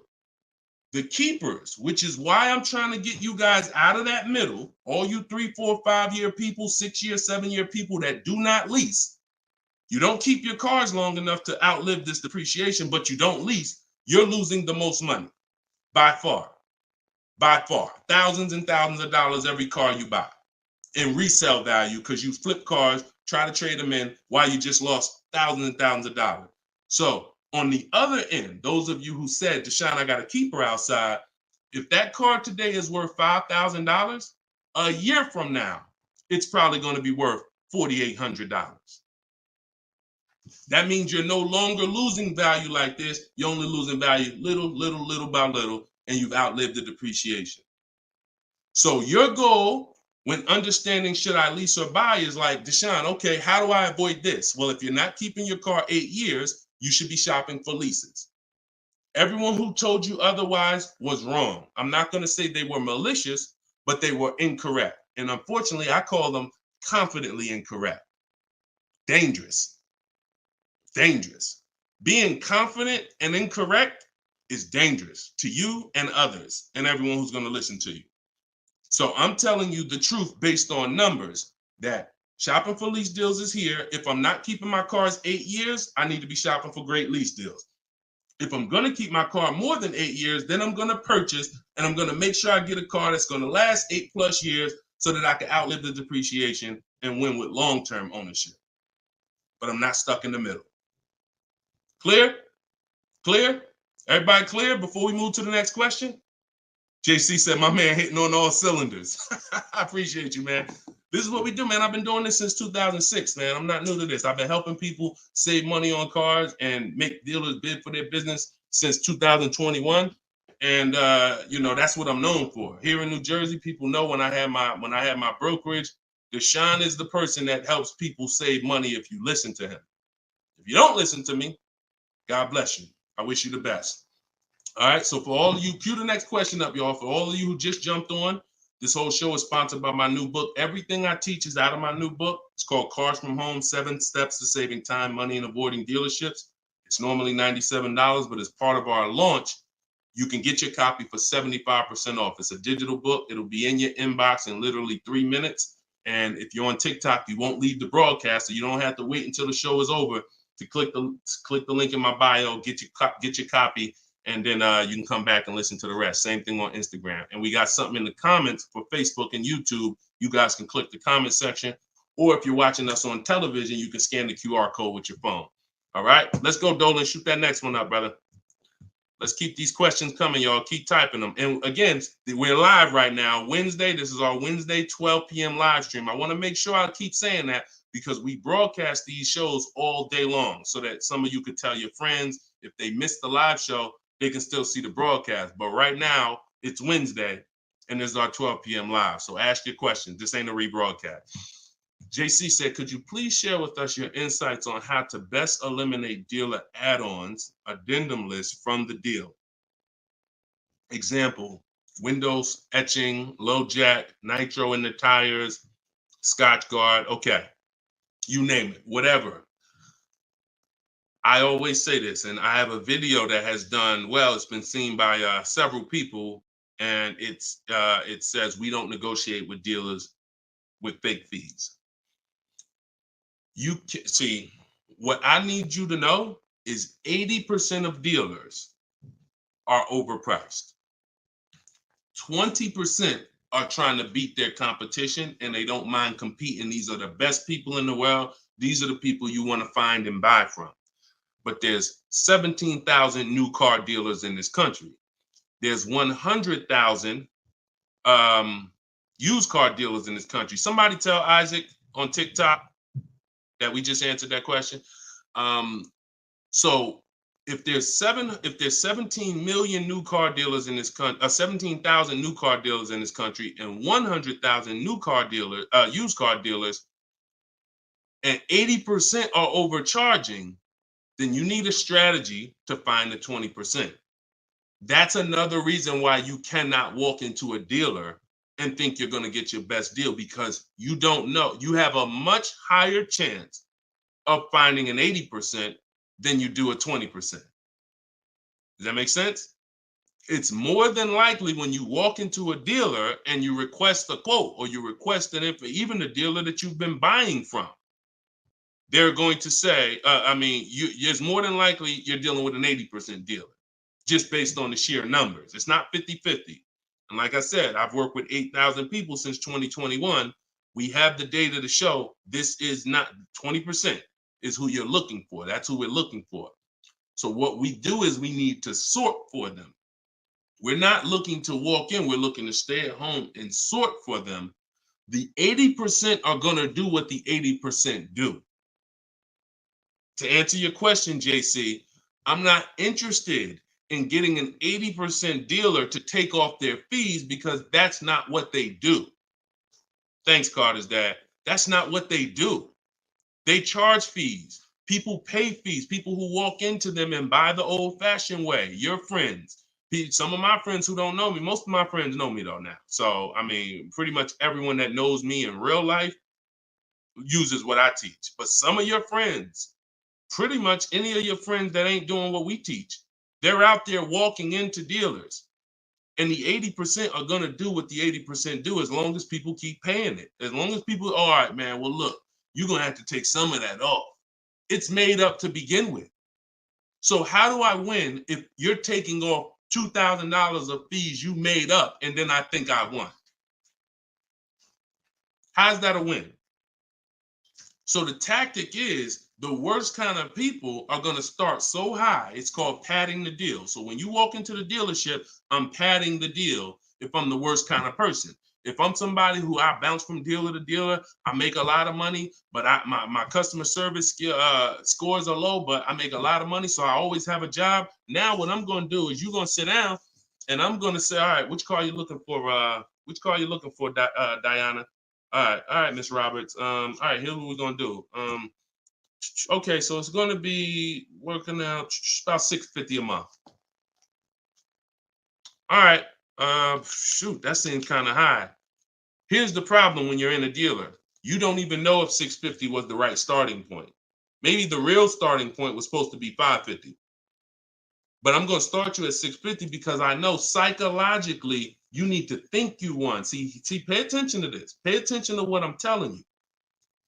Selling you a car, the way the car business has programmed you, it's not about you winning. It's about making you think you won. It's a psychological game that car salespeople are trained heavily for. So when you come in and I tell you it's 650, or when you look at that car and you see it and you're like, the window sticker says 42, but when we sit down and I say, okay, we got this fee and we got that. All right, so asking price is 45,700. And you're like, wait, but the window sticker says 42. But yeah, these are the add-ons that we have. All right, now I'm starting so high that I can take off money to make you think you won, and I still end up winning because I really didn't take off anything. So this is why we don't play the games of back and forth with fake fees. What we do is we sit at home, we get bids, we look at, if we're looking at pre-owned cars, we're looking at the marketplaces, we're narrowing it down, because my strategy for shopping for used cars is different than new cars. New cars and leases, we use something called the 25 to 5 strategy. That's when we reach out to 25 dealers to get 5 quotes. Used cars, we use the multiple marketplace strategy, where we go to all the used car marketplaces and now we look at what the low price is in the market and we sort it down to our top 3, top 5. And then we take it, we got to make sure there's no fake fees on them, because that's a tactic they'll use on used cars. Fake fees, put a price out there. So everything is a screening process. That's what I want you using, a screening process, a sorting process, so that the best deal reveals itself. You don't negotiate for it. But we don't try to turn 80% dealers to 20%. They're never going to be that. Maybe they will if we change the whole industry, and they won't be able to keep their job if they don't change. But for today, 80% dealers are going to do what 80% dealers do. That's not our job. Our job is to find the 20%. Clear? Good question. Great question. Shoot the next one up, Dolan. We're live, y'all. This is Wednesday. This is episode 5 of Car Shopping Questions and Answers. We don't usually do a live show Wednesday. It's usually Monday, Tuesday, Thursday, and Friday at 12 and 3 Eastern time. So that's the schedule. If you're like, man, Deshone, I want to make sure I tell my coworkers, I got people in my church, they need to see this. Tell them Monday, Tuesday, Thursday, Friday, 12 p.m., 3 p.m., we're here live. But all day long, we rebroadcast these lives so that even if they miss it, they can watch the show and watch the rebroadcast. Go ahead, Dolan, shoot the next one up. What if your car is damaged and you want to trade it? Okay, great question. And what you'll notice is a lot of people are going to ask the same question you have, because many of you are in the same situation. So what if your car is damaged and you want to trade it? It depends on how bad the damage is affecting the value, in my opinion. So let's say you have a vehicle that is barely drivable. You're selling it in its worst condition, and it's making, example, let's say you got a BMW, older BMW, the transmission's slipping, or the transmission's out, it doesn't drive, or it needs an engine. Something where literally the integrity of the car is totally compromised. That car is almost worthless. That car is going to be worth $500, $1,000, depending on the year, the mileage, $1,500. Meanwhile, if you put a used transmission in, this is why I'm an advocate. I preach you should always have a great local mechanic, a great local service shop in town that you use when your car has no warranty left. You must have this if you truly want to win, because these guys are usually 30, 40% of what a dealer is going to charge, because they don't have that overhead. So what I'm doing, if I got an older BMW, no transmission, a Nissan, no transmission, I'm going to get a transmission from a salvage yard to get a used transmission, a used engine, pay $2,500, drop that in, and then sell the car like that. And I can tell you that that's what my father did. Like, my father bought a GMC Envoy 2009, maybe 4 years after he bought it in 2013. So it was 4 years old when we got it for him. Then maybe 3 years after that, the engine went. So he got a used engine. He's been driving that car since like 2017 with the used engine, and he's getting ready to sell it, and he'll probably get $4,000 or $5,000 for it on Facebook Marketplace, because he's a low mileage driver. So you see how literally he could have went from switching a car when it was in its worst condition taking a loss for it versus investing the right money with the right person, getting the right engine, right transmission, drives it for a couple more years, and then can still pull a couple $1,000s out of it. Y'all clear? Y'all see how? Y'all see how? Type dollar signs if you understand that. That's the win right there. Not taking the loss and saying, all right, let me just get out of this car, it doesn't drive, and just taking the L. Big financial loss. Now, if you don't have major damage, then I wouldn't say fix it. If you're gonna go and you got a couple nicks on the car, then it might cost you $500-600 to get the nicks touched up, but then the value of the vehicle only changes by $500-600. So it was really a wash. You put 500 out, the car's worth 500 more. You want to only repair stuff that when you spend the money, you get double back what you spent. I put 2,500 in, it increased the value of my car by $5,000. And that's typically my opinion and my rules on how I like to operate when it comes to damage. Yes, I'm actually live right now. And why is your name the Auto Advisor? We got the Auto Advisor on TikTok. Go ahead, shoot the next one up, Dolan. All right, this one from YouTube. Alberto Romo. My car has some equity. Dealer called me if I want to trade for a new one. Car has less than 30,000 miles. Should I do it? Who's getting calls from dealers right now begging them to come in and look and let them buy your car? Who's getting calls? Who's getting emails? Who's getting letters right now from dealers? Fancy Girl Kiki said me. You're getting calls. You're getting calls. You're getting emails.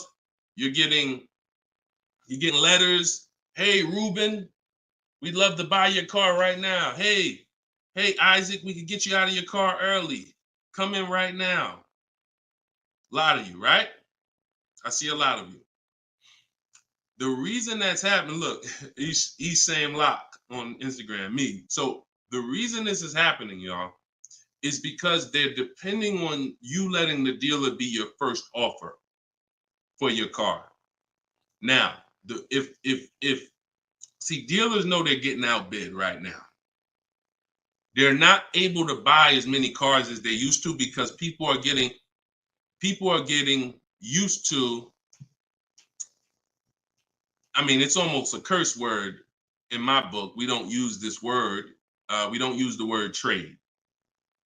And some of you who have seen me in the past, you know we don't use the word trade. There's only one scenario where we need to trade, and that's if we have too much negative equity.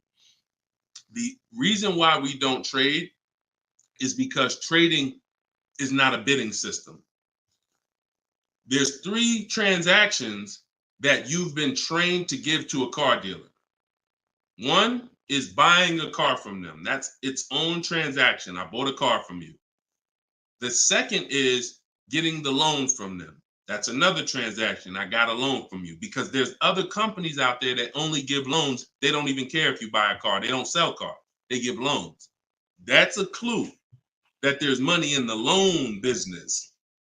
Now, the third transaction is people who want to buy your car. When you give your car to the same dealership, you gave them your old car, that's one transaction. You gave them your loan, that's another transaction. And you gave them the purchase of a new car from them. That's 3 transactions. And most times you didn't get bids on any of them. That's how you're losing money. You're probably losing $2,000 here, probably $1,500 on the loan, and then maybe another $1,000, $1,500 on your car that you gave to them. Hidden money. See, I'm not just here to teach you how to car shop from home the right way, strategically using my system. I'm also here to reveal to you the hidden money that you haven't seen in your car deals. So you got to stop doing combining transactions. That's why we don't trade. We get offers in my book, step 2. My book is 7 steps. Everything I teach is 7 steps. Those 7 steps won't change. First step is most important question. That's leasing versus buying. How many years you keep in the car? Second step is equity assessment. I need to get offers for my current car, my current lease, see if I have any equity, see if I can break even, or see if I have negative equity. Third step is deal structure. I need to find out how much this car is supposed to cost if I get a deal on it. I'm budgeting for a deal. See, we don't budget based on how much I could afford. I'm budgeting, I'm looking at a car if I'm going to lease and saying, if I'm leasing, this is what a good deal would be on this car. I'm budgeting if I'm purchasing, this is how much I'm coming up with. Watch this. Many of you go in and I only want to spend no more than $500 a month. Or hey, I only want to spend no more than $30,000. You end up spending $570, or you end up spending $31,500. Or they say, hey, yeah, we got you to $30,000, but what about the taxes? All right, well, I guess I'll just put that on a credit card. So you end up going over budget because you shop with your max budget in mind. We never shop with our max in mind. We shop with multiple goals below our max so that we always, no matter where we land, we're under our max budget. That's step 3. Step 4, we do something called shopping, not buying. We don't mix the two with my system. Shopping is deciding what you want.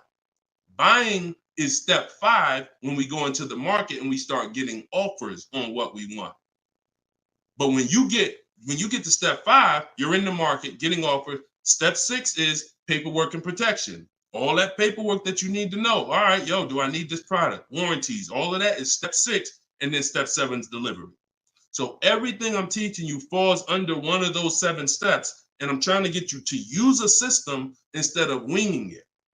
If you don't wing it, you'll be fine. But step 2, Alberto, is the equity assessment, where you're getting offers to find out what your car is worth. You can give the dealer an opportunity later to beat it, but you need to know. That's why we don't respond to those. Hey, come on in. Let me look at your old car. Let me buy your old car. Hey, come on in. Let me see. You need to call your bank for a payoff, and you need to go to CarMax, Driveway, Carvana, Kelly's Blue Book Instant Cash Offer, AutoNation, Sell My Car, Car Guru, Sell My Car. Take you 20, 25 minutes to do your equity assessment, and you got real cash offers that you'll know if I have equity in my car, and you'll know these people can cut me a check in an hour. And now let me go prepare to shop for my replacement car because these companies already bid on my old car. Type clear if y'all are clear on that. That's the equity assessment. That's my 7-step system. That's why my book is called Cars from Home, 7 Steps to Saving Time, Money, and Avoiding Dealerships. All right. All of you could get a copy. You could get your copy for 75% off. It's normally $97, but as part of our launch, you can get it in my TikTok bio for 30 minutes for 75% off. Once the timer goes back up, once the timer expires, it's back up to $97. So get your copy before the timer runs out. Same thing with Instagram. Go to my Instagram bio. You'll have it 3 minutes and you come back to the show. And if you're on Facebook or YouTube, we got links in the comment section for you. All right. Great question, though. Look, go ahead. Shoot the next one up, Dolan. It said, this man, bro, spitting gold fire for real. I hope this isn't going over anyone's head. Me too, bro. Listen, me too. Keep that question up. Fancy girl Kiki from TikTok. But me too, bro. Like, I'm sitting here, man, and I pray every day that the Lord help me to look. I want you to even see. I gotta unlearn. That's why I represent this brand. I got to unlearn. Like, I have been programmed, and the people who programmed me have actually programmed me because they make more money by me staying programmed. So some of you, it's unfortunate, are not going to spend $24. You're not going to spend $24. Now, I had people get the book for $97. It's people that might be on here that say, man, I got the book before we even had this sale. $97, but some of you are not going to spend $24 to get the book. But you want to go into a 5-figure transaction, a 5-figure, $10,000, $50,000, $100,000. Some of you who are buying luxury vehicles and exotics transaction, but it's something about not, and that's just unfortunate. All right, fancy girl Kiki from TikTok. Is it true that you can have your down payment go towards your payments? So all right. So when we're working out our loan, again, this is still combining the loan and the purchase of the car. Because when you're actually trying to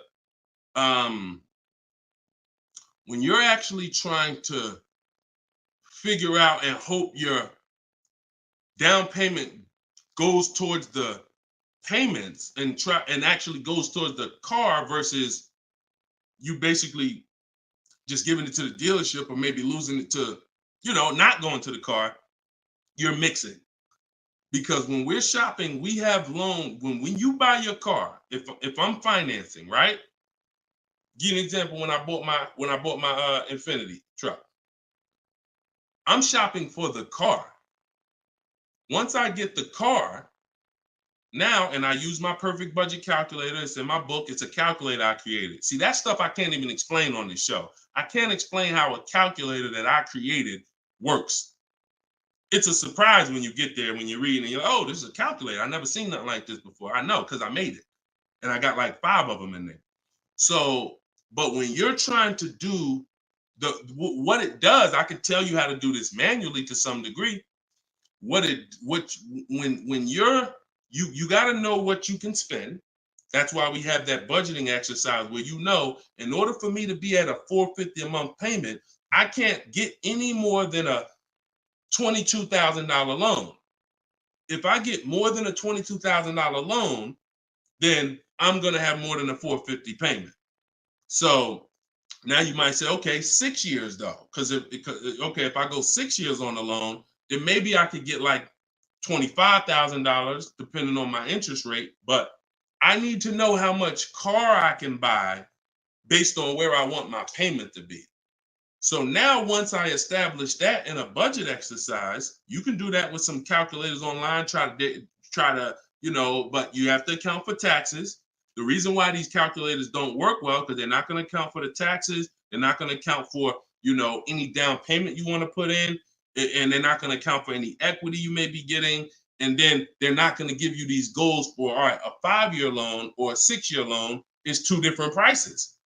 $450 a month for 5 years is not the same as $450 a month for 6 years. If I get a car at $450 a month for 5 years, I got a better price on it than if I got it for $450 a month for 6 years.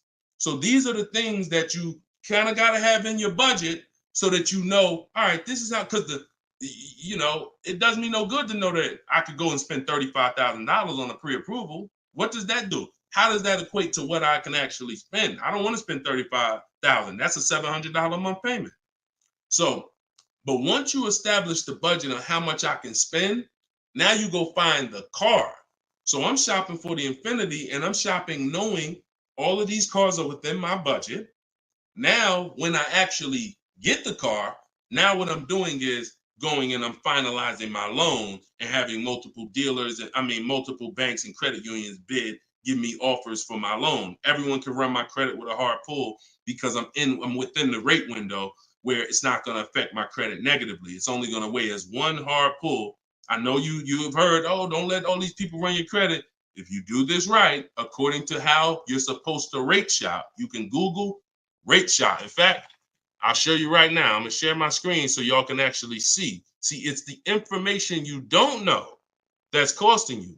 It's the information that you don't know that is costing you. Look, if I go to Google and I type in rate shopping, Experian. Experian has a whole article. Let me know if y'all can see my screen. Hold on. Oh, wait, hold on. Entire screen. Look. So I go right here. Rate shopping. They have a whole article about how to properly rate shop. And let me see. Look, the FICO score window is 14 to 45-day period, depending on which version is used to calculate the score. So we do it in 2 days. We do it in 2 days. So we don't even use the 14-day window. That's why we don't let anybody run our credit with a hard pull until after we already find our car. So now you come in and you are I'm letting all these people run my credit to get their offers for my loan, their offers for my interest. And then what I'm doing is whoever makes the best deal there, I'm calling the dealer and I'm giving the dealer an opportunity to beat it. Because the dealer has another 7, 8, 10 banks that they might, let me see if I can beat that because I like to earn the business. And that's what I call the bank bidding war blueprint. So I'm putting that when you get my book, you actually get the bank bidding war blueprint because I haven't combined it with my book yet. It's going to take me probably about 30 days to combine it into my book. So I just send the book and I send the bank bidding war blueprint. That strategy right there is called the bank bidding war. So we're not worried about if our down payment's going to go to the car, because our loan is always worked out with the bank, not with the dealership. Okay? Separate these things. When you start separating these things like I want you to, you're going to see I can't get into the same trouble I used to get into. Okay? Go ahead. Shoot the next one up, Dolan. Great question. Are you even actively selling cars, or are you just selling books now? No, we're all in the education business. I haven't sold cars since 2020. TikTok, what's the best way to approach a used dealership? From home. All the marketplaces. So you don't want to, if you're shopping for a used car, you cannot afford to miss a place where a used car is. What does that mean? Car Gurus, Auto Trader, Carfax.com, CarMax.com, Carvana, Driveway, eBay Motors. There's 8 marketplaces that we use. Vroom used to be on there, but Vroom's out of business now. So, and we don't use, people will say, why don't you use Auto Tempest because it pulls inventory from all of it. We don't use a third-party site, because what it's doing is pulling, it's not going to pull all the inventory, because no one's going to give this third-party site permission to just pull all their inventory, and now people start going to the third-party site instead of coming to them. So we just go direct to the marketplaces. And then the first thing we're doing, once we know our budget and what we can spend, we're going and we're looking for our car. But we are not going, the first thing you need to do if you want to get, y'all know, like, what I'm famous for is teaching people how to get below market deals from home. Below market deals. When you're getting below market deals, you have to realize there's 2 other categories of most people paying. Some of you have been paying market value. Some of you have been paying above market value. So below market value means there's 2 categories that we want to buy below what they're paying. Okay? So we got to have that in our mind. Below market. Like when you look at Eddie. Look at Eddie. This is 2023. This was last year. Still coming out of low inventory. He got a 2023 Camry hybrid. And the hybrids last year, they were on fire. On fire. Like, so they were still charging $2,000, $3,000 over sticker price for the, he got $2,086 under MSRP getting bids. That was his lowest bid.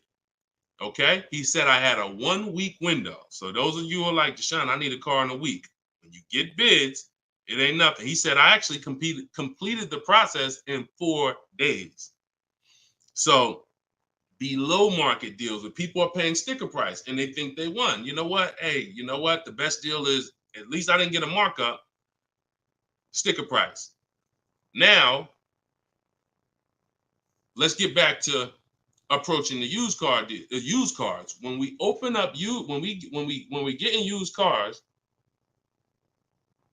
Oh, wait a minute, yo, banana dad, you funny, man. So when we get in used cars, so our goal before we could get a below market used deal, we have to know what the market prices are. So when we open up those marketplaces, the first thing I want you to do is look and sort from lowest to highest prices on all of them. Lowest to highest prices. Well, the first thing we actually do is start an account. You want an account because we want to get alerts of all new inventory. So we start an account on all the marketplaces that we can start an account on. Now we're going to look and sort from lowest to highest, and we're going to look and see what the low side of the market is. Low side of the market, low side of the market. Now I might say, okay, the low side of the market is about 22, 23. If you're doing it right, you're always going to have prices that are $3,000, $4,000, $5,000, $6,000 more. If you don't see that type of spread, you're not doing it right. So now we know this is the low side of the market. Now here's what comes with the low side of the market. Bad Carfaxes, frame damage, salvage titles, sketchy history, Damaged cars, that's good. That's what comes with it. What we're looking to do is see where those cars are priced at, and we're looking to be right above them. And from there, we have a particular system of how we're going to sort based on title history, service records, extremely important. We will not buy a used car without great service records. Then we go to accident history. There's a couple different types of accidents: serious accidents, airbag deployed, vehicle towed. All of this is serious accident. I appreciate you, JCAA. Shout out to the sharers on TikTok. Now we go to, then we need to verify there's no bogus fees, because that's a narrowing down. Now that'll narrow us down to like a top 3, top 5, top 7. But some of those vehicles are going to have bogus fees, guaranteed, guaranteed. And this is not always happening day one. That's why I don't want you waiting until you need a car to go shop. I want you in the market early, a month, 2 months, 3 months before you need a car, so that you can watch the market. And when you can watch the market, you have much more leverage. You have much more flexibility. You can say no. You can see where the price trends are, and you can get alerts. Many times, it's the alerts of the new cars that's going to be the car you take down. Because when you once you know the low side of the market, now you're getting alerts. Every new car that hits the market, boom, soon as it hits, I can look and see, oh, that's priced on the low side. Now I look, oh, shoot, frame damage. Oh, shoot, salvage title. Oh, shoot, whatever. And eventually one pops up and you're like, oh, good Carfax. Oh, good title history. Boom. And now we're preparing to get ready to take that car off the market. We can't test drive used cars until we're ready to buy them, though. That's the only reason we can't do 100% of our used car deals from home, ever. New car deals, we've had people throughout, use my book, in my course, 100%. Dealer delivers the car. That can happen. New cars and leases, 100%. Used cars, we can't. You must go to the dealer. You must see the car. You must drive it. And then that's when you're taking that deal across the finish line right then and there. Okay? That's a overview of what I call my multiple marketplace strategy. If you do that, you win. I mean, there's no guarantees in life. So I'm not here to guarantee, but I am here to say, you haven't had strategy. When you're using strategy and boundaries, you haven't had boundaries or strategy. You add boundaries and strategies to your car buying, 99 times out of 100, you're going to win more than you used to win. All right? Go ahead, Dolan. Shoot the next one up. Does your book teach how to sell and grow? I don't really know what that means. Sell and grow. This one's from TikTok. Do I get a discount for paying cash for a car? No. I know a lot of people told. Who was taught you get a deal for paying cash? Type a $sign if you were taught you get a better deal for paying cash. I got the book, the cheat sheets, awesome. Service connected. Don't use the cheat sheet. If you got the book, scrap the cheat sheets. The book is the nuts and bolts. The cheat sheets is an overview. I see you though. Use it. Win. So, all right. So you got Gina VL. You got I don't want to butcher your name, so I'm not even going to try. I see you on TikTok, though. I see Cozy Boy Nesto on Instagram. Okay, Monty. So my question was, who was taught you get a better deal by paying cash? All right. Now, I said type a $sign if you've ever heard this. Now, I don't want you operating with bad information. Let me tell you where this came from. And remember what I said earlier in the show. Earlier in the show, I told you, the car business is not about you winning. If you win, great, but it's about making you think you won. And I can only make you think you won based on what you tell me you need in order to feel like you win. So if you come in and say, listen, man, I'm paying cash, man, y'all got to do something better for me. I'm not going to sit here and tell you, well, you don't get a better deal for paying cash. Now, I would tell you, listen, I'm going to be honest with you. You can get this price whether you pay cash or not. So, like, there is no, but somebody who's like not going to be willing to go and tell you that, they're going to make it look like, all right, I got to make you think that the deal I'm giving you is because you pay cash. This originated from when dealers used to finance cars. There are still people And you may be one of them who think the dealer owns your car after you get it. That's why there are people who say if they can't afford a car, they say, man, I'm gonna get a dealer back their car. It's not their car anymore. Unless you're dealing with like a buy here, pay here place where they're actually extending the loan to you, it's not the dealer's car anymore. But back in the past, dealers used to extend loans. They would hold the financing. So if you offered them all the money up front, it was an incentive for them because they knew it guaranteed they get the money now. And it also saved them interest. It saved them, if they were holding the note, then they're still technically paying for that car. And they're like, okay, I could save you another $1,000, $1,500 because you're going to give me all the cash up front. It's not like that anymore. It's not. It literally from the time you leave, the dealership is funded in full in hours. Like by the time you drive off, wire transfer, the dealer is funded for the car. The funds come from Bank of America, Chase, TD, M&T Bank, whoever it comes from, wired to the dealer. From that point, it's between you and who? Who's on the title? Who's the ones calling you if you don't make the payment? Who's the one setting up the car to be taken if you don't make the payment? It's not the dealer, right? It's the bank.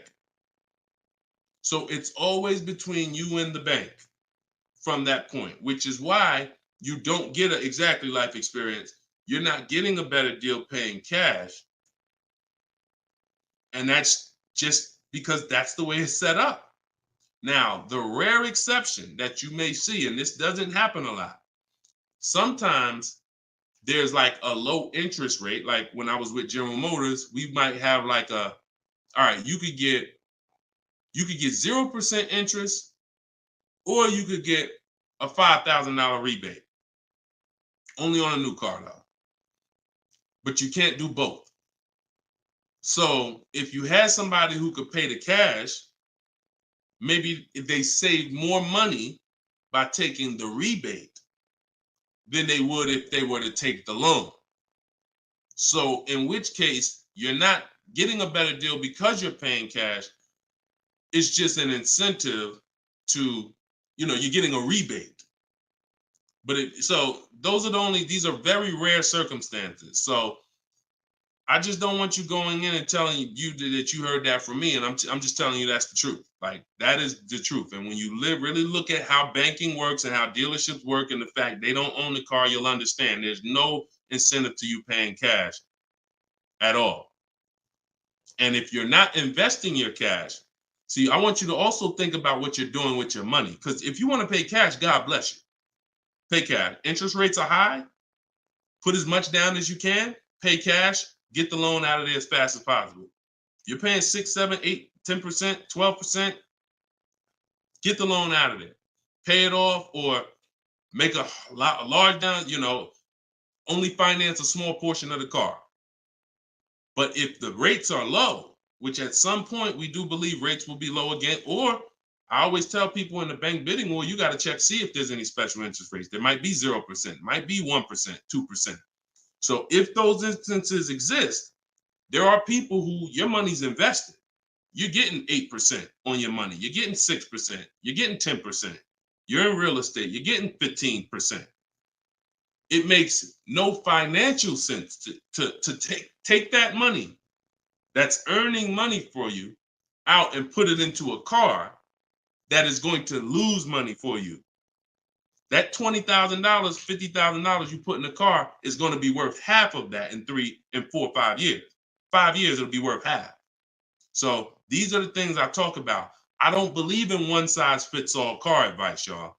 That's why I'm always saying it depends on this situation. If you're this type of person, if you're keeping your cars 8 years, you should be buying. If you're not keeping your cars 8 years, you should be selling. You should be leasing. A lot of people think, okay, Deshone, you talk about leasing a lot. I talk about leasing for people who are not keeping cars 8 years because they've been taught that they should still be buying. But I'm putting you in the strategy that's custom to your life versus what you've been hearing, which is people telling you, hey, do what I do. Only buy used cars, pay cash for them.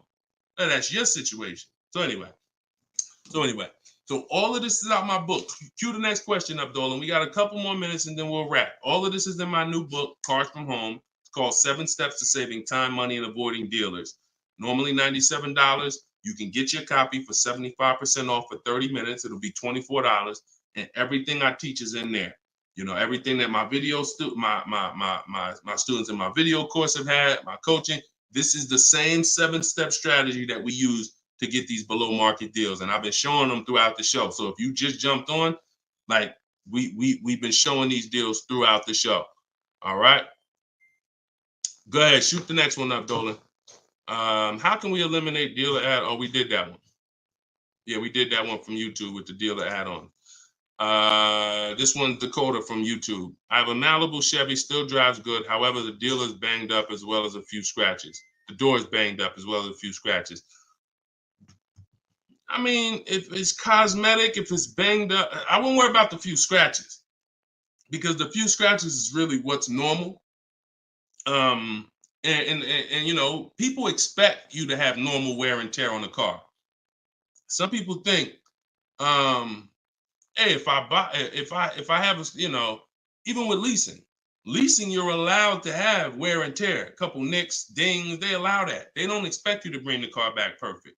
Same way with this. But if it's a big dent that would be an eyesore and you can get a company like Dent Wizard or something like that to come pop the dent out, then I would do that.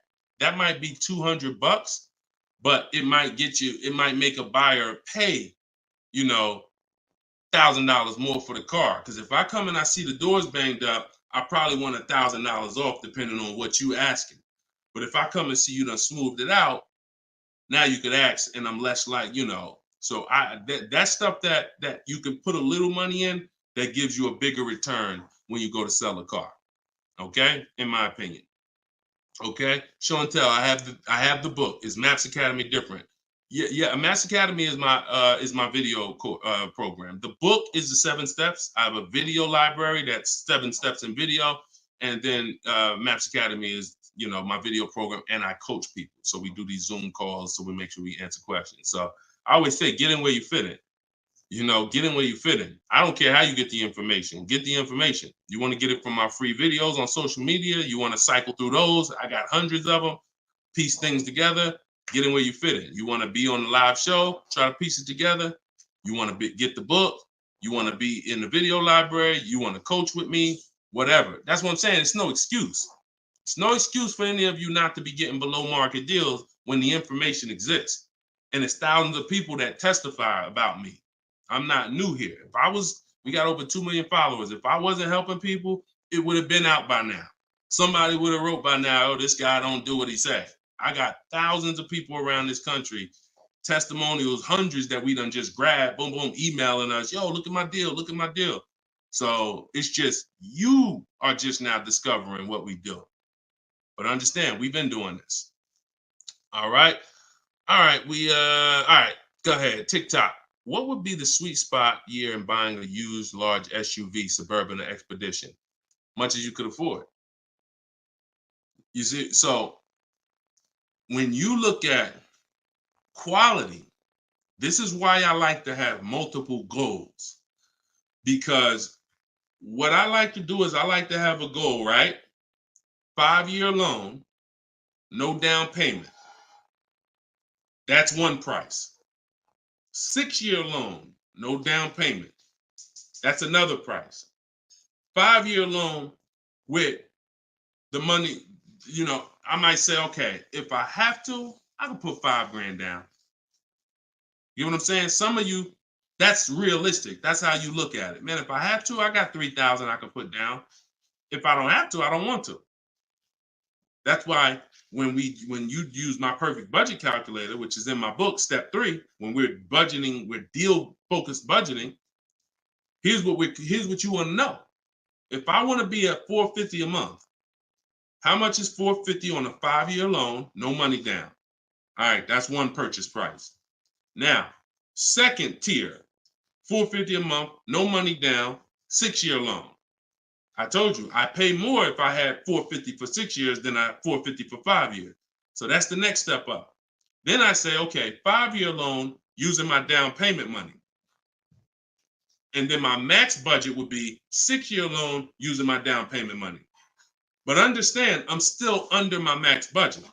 I don't care if I have to go, and then we have another step where some of you have an old car. You have an older car, you're going to be selling it. You got 3,000 equity, you got 5,000 equity. That's also in there. So then it'll be no down payment, no equity. No down payment, no equity, 6 years. Down payment, no equity. Down payment and equity. See, all of this is below my max budget. Once I do a 6-year loan, my down payment and my equity, I'm not mad because I'm still under my max. Now, if I go above that now, if I wanted to do 5 and now I'm doing 6, or if I want to do $450 a month and I'm doing $480, now I've gone above my max budget. So my system for purchasing, we use this for new cars, used cars. Anybody who's getting a loan, this is what we do. This is in my book. My calculator generates those 6 goals for you. So when we say sweet spot, my first target is that first goal. That's my first target. When I went shopping for my Infiniti, I was looking for a car under that first price. Couldn't find it. Jumped up to the next tier. Couldn't find it. Jumped up to the next tier. And it was my 4th goal is where I found this one at. But I still had like $4,000 or $5,000 more that would have kept me below my max budget. So that's how you want to do it. Shorter loans, no down payment. Longer loan that I'll take is 6 years. I never recommend anything longer than 6 years. And then we start adding those resources that we have to it. And then once we tap out at the top, that's our max budget. 6-year loan, the most down payment money. And then if I have any equity for my car, I'm putting that all into the deal. And then as long as I find a car in any of those, and that's usually like a $10,000 to $15,000 spread, depending on, how much resources you got. That's a couple $1,000s right there. So that gives you the room to bump yourself up without letting a car dealer bump you up over your budget. All right? That's why it's called the perfect budget calculator. And I invented it. All right? Praise the Lord. Listen, I appreciate y'all. We've been on for about 1 hour and 15 minutes. We do these shows live Monday, Tuesday, Thursday, and Friday. Wasn't going to do one today, but you know what? I said, it's Wednesday. Let's jump on. Let's do a live. Let's get some questions. Let's get as many as we can. But this is what we do, y'all. You could tell your friends 12 o'clock and 3 o'clock, Monday, Tuesday, Thursday, Friday. You can meet me live on any of my platforms, Facebook, TikTok, Instagram, or YouTube. And we'll be doing this live Q&A to make sure you guys get what you need to save money and get below market car deals. That is the goal. So for those of you who like Deshone, I appreciate the show, but I want everything in one spot, man. I don't want to even have to come back to this show anymore. That's all in my new book, Car Shopping. It's called Cars from Home, 7 Steps to Saving Time, Money, and Avoiding Dealerships. You can get it for 75% off in my TikTok bio. It'll be in your inbox, and everyone who gets a car, who gets a book, right when you purchase, I give you a support email. So on that last page, you'll see a support email. If for some reason I don't give the support email out to the public because people just be emailing me with questions and all that, I don't do DMs. I don't do none of that because we got too many people to be doing DMs and all of that. Once you purchase this book, you get a support email. If for any reason your book doesn't arrive in 5-10 minutes, check your spam, check your junk folder. But if it's not there, then email us at support and we'll make sure we get you a copy right to you. All right. So use this information, get your book for 75% off. You won't pay the full $97 in my TikTok bio, in my Instagram bio, or in the comment section on YouTube or Facebook. We got a link in the comments for you, or you can scan the QR code. But that's what we do, y'all. Below market deals. That's the goal. Keep unlearning, keep relearning. I appreciate you. All right. See y'all on the next live.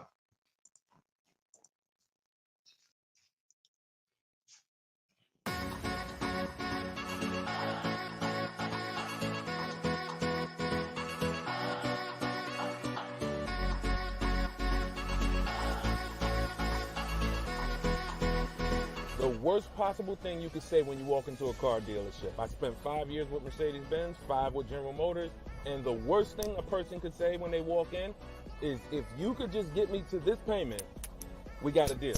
So your loan's probably still like 19, which means you got to pay to get out. You're upside down. It's called negative equity.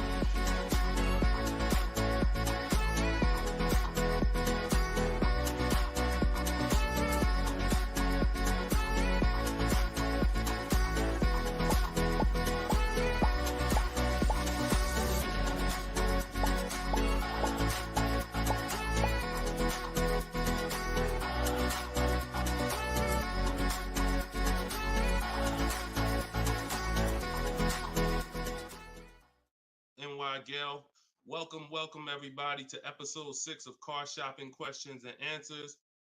I am your host, Deshone, publicly known as Deshone the Auto Advisor.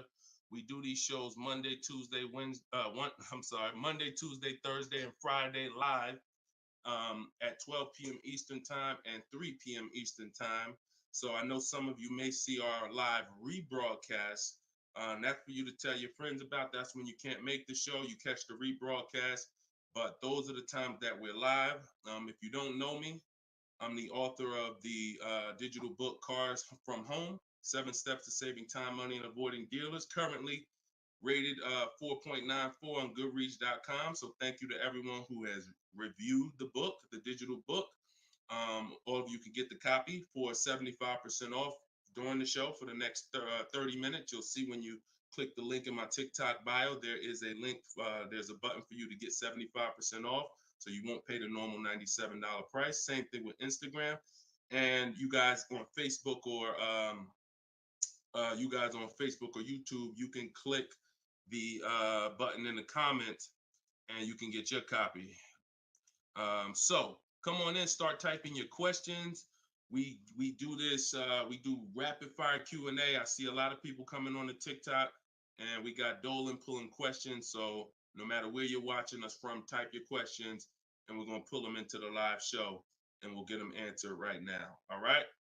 So I'm excited about this show. I see we're continuing to see people getting below market deals. If you don't know that the goal is for you to get below market deals, and the goal is for you to not spend more than 30 minutes in a car dealership. I spent 14 years in car dealerships.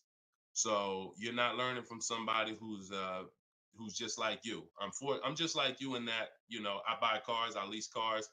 That's the way we're similar, but I'm an insider. I'm an auto industry insider. My business for 14 years plus was in car dealerships. So start typing your questions. Let me tag everybody on Facebook and let's get down to business. Okay, whenever we get the first one, Dolan will put it up. Let me just tag my people here on Facebook. All right, there we go. Okay, what's up, Skinner? Good to see you. What's up, Angel? What's up, Jill, man? Good to see you. Yep, what's up, Jason? Great to see you. All right. Brother said he's been doing. Oh, what's up, Auto Advisor? Good to see you. Absolutely. All right, y'all got to type fast. I know you probably, and try not to make your questions long. Try to get all your question in one shot, but try not to make it too long where it can't fit in. All right. This one's from TikTok. Isaac from TikTok said, best current APR rate for tier A1 credit. So the best APR is always going to come through getting bids. Now I know this is new. This is new to most of you, but getting bids is how you're going to get your best and guarantee your best car deal, your best loan. So I'm going to lay out this process we call the bank bidding war.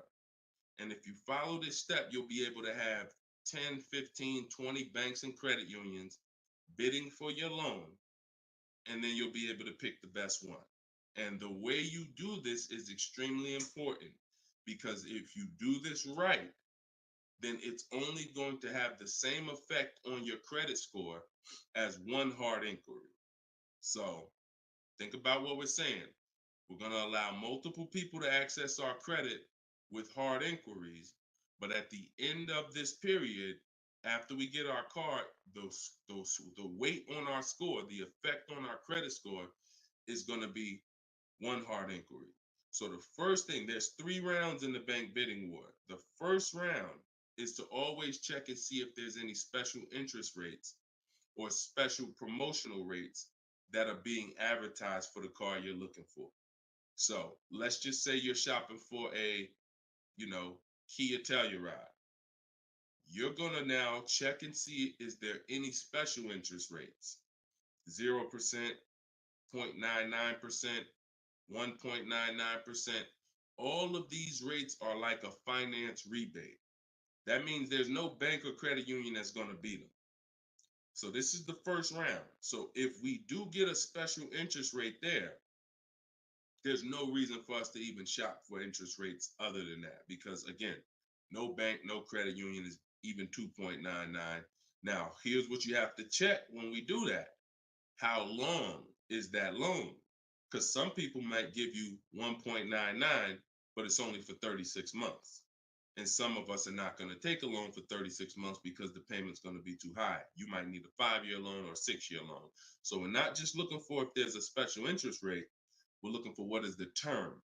Shout out to everybody coming in. This is our Thursday, April 18th, episode 5, live car Q&A. So we're actually live right now. This isn't a rebroadcast, so you can come on in and start typing your questions. And we're talking thousands over here, not hundreds. Okay, so that's round 1 of the bank bidding war. Now, let's just say we do that and there's no special interest rates. Now we're moving on to round 2. But round 2 comes after we find our car. So once you find your car, no one has touched your credit with a hard inquiry yet. Pay attention. You have not heard me say at any time hard credit pull at all. When you're shopping for your cars, no hard credit pull. Nobody's running our credit while we're shopping. Once we find our best deal, once we find a dealer that's going to sell us the new car for the lowest price, we lock up that car, usually with a deposit, reserve it. And now what we're doing is we're telling the dealership, I'm going to take this buyer's order. You're going to get a buyer's order.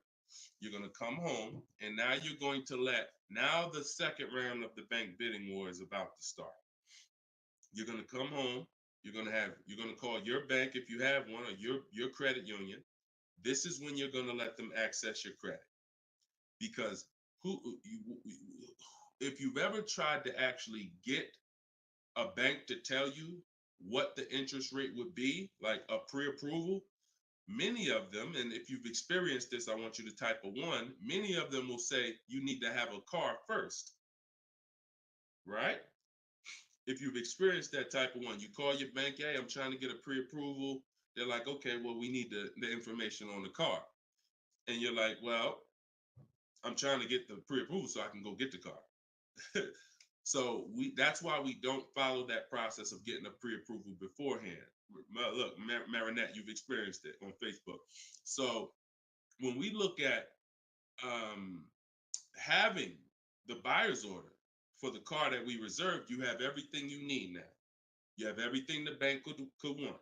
And you're now going to call your bank, or if hopefully your bank and credit union has a website, you could do this all online. And you're going to get as many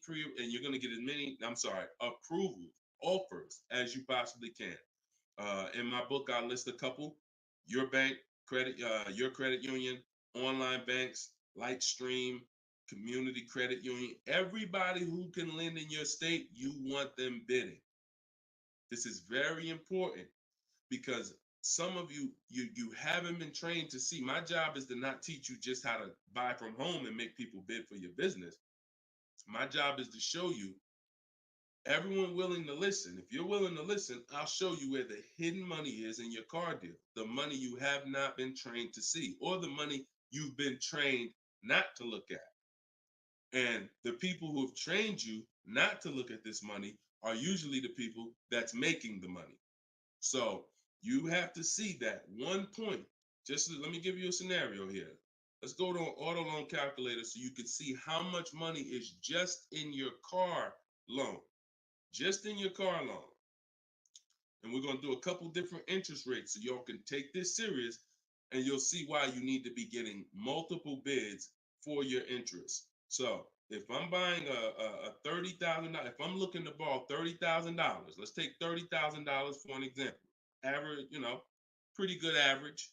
Average price of a car is probably higher than that, but let's use 30. Now, if that interest rate is 5.99, total interest paid is $4,791 over the course of 5 years at 5.99. If the interest rate is 7.99, total interest paid is $64.89. That's over $2,000 difference. 2 points, $30,000 loan. Now, some of you are going to be borrowing more than that. Some of you are getting $50,000 loans. Interest at that same 7.9 on a $50,000 loan is $10,815 over 5 years. Now, if you can get 2 points less, 5.99, interest is $7,984. This is $3,000 difference. So, do you see how if you're not taking getting the best loan offer just as serious as you're taking trying to get the best price, you get a good price and then you'll give it back to the bank who's giving you the loan. So this is why we get bid. So we're now going to let all these people run your credit. This is when you do your hard inquiry. You don't do it before this. Hard inquiries, credit unions, online banks, your bank, your credit union, everybody's bidding now. And now what you're going to do, once you take the best offer from that round, that's round 2, that's when you're going to call the dealer and you're going to tell them what that best offer is and see if they can beat it. Because the dealership has another 7 to 10 to 12 banks that they're going to be competing to try to get your business. So this is the bank bidding war. So when I created this product, and if you do this right, as I said, what I know you were taught, who was taught, be honest, we're live right now. This is our Thursday, 12 p.m. live. Who was taught, don't let people run your credit. When you have multiple inquiries, it lowers your credit score. Who was taught that? Type me if you were taught that. Don't let people run your credit. You can't have all these people doing hard inquiries, or it's gonna jack your credit score up. All right, look, that right was taught. Okay, look, Lisa, I see you. Hold on, let me go to Instagram so I can see our Instagram comments over here. I always got to go to Instagram Live. Okay, Diana from Facebook, I see you. Hold on, let's get Instagram in the building. Give me a second. All right, Marinette. All right, Marinette. Okay, I see you. D, I don't even want to try to pronounce your name, but I see you on Instagram. So it's partially true and it's partially wrong. You have to do it the way I just laid out for you. That's called the bank bidding war. And if you want to prove this for yourself, you can simply type in rate shopping online and you'll see this is how the credit union, this is how the credit bureaus allow you to rate shop. So they'll give you 14 to 45 days to do it. If you do it like I just told you, it'll only take 2 days. 2 days. One day you're doing all your stuff at home. We're getting all our lenders at home to bid. The next day, we're getting the dealers to get their lenders to bid. And then we're making a decision on who got the best offer. So don't ask yourself. I never want you asking yourself. I never ask myself, did I get the best deal? That's a question of disempowerment. That's a question of weakness. We don't want that. What you should be saying is, following this process, I guarantee I got the best deal because I got offers from all these banks. I can't get offers from 15, 20 banks and not guarantee I got the best rate. The way you shop, or you've been taught to shop or programmed to shop, you're only getting offers from one bank, or you're just letting the dealer do it all for you. That's where your buyer's remorse comes from. That's where your skepticism about, did I really get the best rate, come from. So we won't know what the best rate is until we get all the bids. And that's how we do it. So everything that I'm teaching y'all is part of what's in my book, rated 4.9 on Goodreads. It's called Cars from Home, 7 Steps to Saving Time, Money, and Avoiding Dealers. You could keep typing your questions, because Dolan's gonna pull the next question, and you can put it up on the screen now, Dolan. Put the next question up. But all of you could get your copy for 75% off as long as you get to my website before the 30 minutes expires. This is a welcome offer. Normal price of the book is $97, and it's worth every penny. It's worth actually thousands. But special welcome offer, you get it for 75% off in my TikTok bio, in my Instagram bio, or in the comment section on YouTube or Facebook. Okay, this is Monty from YouTube. She said, my mother's looking to start a new lease soon, but she only drives 5,000 a year. What's the best option? Low mileage lease if she's not keeping the car. So if she's not keeping the car, Monty, watch this. I run this scenario a lot, and I want y'all to, because some of you, you were taught never to lease. If you stick around this channel long enough, you'll see probably within minutes that that's some of the worst advice that you've ever listened to. If you don't keep your cars 8 years, so we'll talk about that, and we show examples. It's not even up for debate. People who try to debate it, they're emotional and they're tied to old advice. So once you have decided you're leasing, which means I'm not keeping my car 8 years, I want to avoid that depreciation, then I need to be shopping for aggressive lease deals, because it's the short term. Again, this is another unseen expense, depreciation. This is why, look, when you buy your car today, you buy a $40,000 car today. You try to take that car back to the dealership a month later. What's it worth? You try to take you buy a car today for 40,000. You try to take that car back to the dealer a month later. Is it worth 40,000? Right? No. A month. You might have even not you might have not even driven it. But that's the way depreciation works. You don't have to drive the car. In fact, here's another scenario. You could park the car outside your house for a year. You buy it for 40,000, park it right outside your house, don't even touch it. Just start it every now and then to keep the engine running. You come back a year later, that car is not worth 40,000. It's worth probably 32. Dang, how did I lose that much value and I didn't even drive it 1 mile? Depreciation. That's called the unseen expense. So whenever you hear me talk about the unseen expense, it's depreciation. So your job is to find the strategies, which is what I teach, to make sure you avoid the depreciation hit. So if you buy a car, Monty, even if she doesn't drive it, even if she only drives it 5,000 per year, 5,000 miles a year, like you're saying, she's losing value. And what she's doing when she replaces the car is she's hoping she could get some of that value back that she lost. It really never happens. Who understands that when you go to trade your car in, you never get what you really thought you were going to get for the car, right? Now, I'm going to ask you a question. Everyone who has a car outside that's 10 years old or more, 10 years old or more, type me in the comments. Matter of fact, let me know how many years you've had the car. That's a better one. Type how many years you've had the car. And for those of you who just came to the show, this is our Thursday, 12 p.m. live show. We're actually live right now. This isn't a rebroadcast, although we do rebroadcast these shows throughout the day, all day, so that you can actually catch up, watch the replay. But this is our time. We're live Monday, Tuesday, Thursday, and Friday, 12 p.m. and 3 p.m. Make sure you're here. If you want to engage with us, make sure you're here. If you want to tell your friends, this is the time to be here.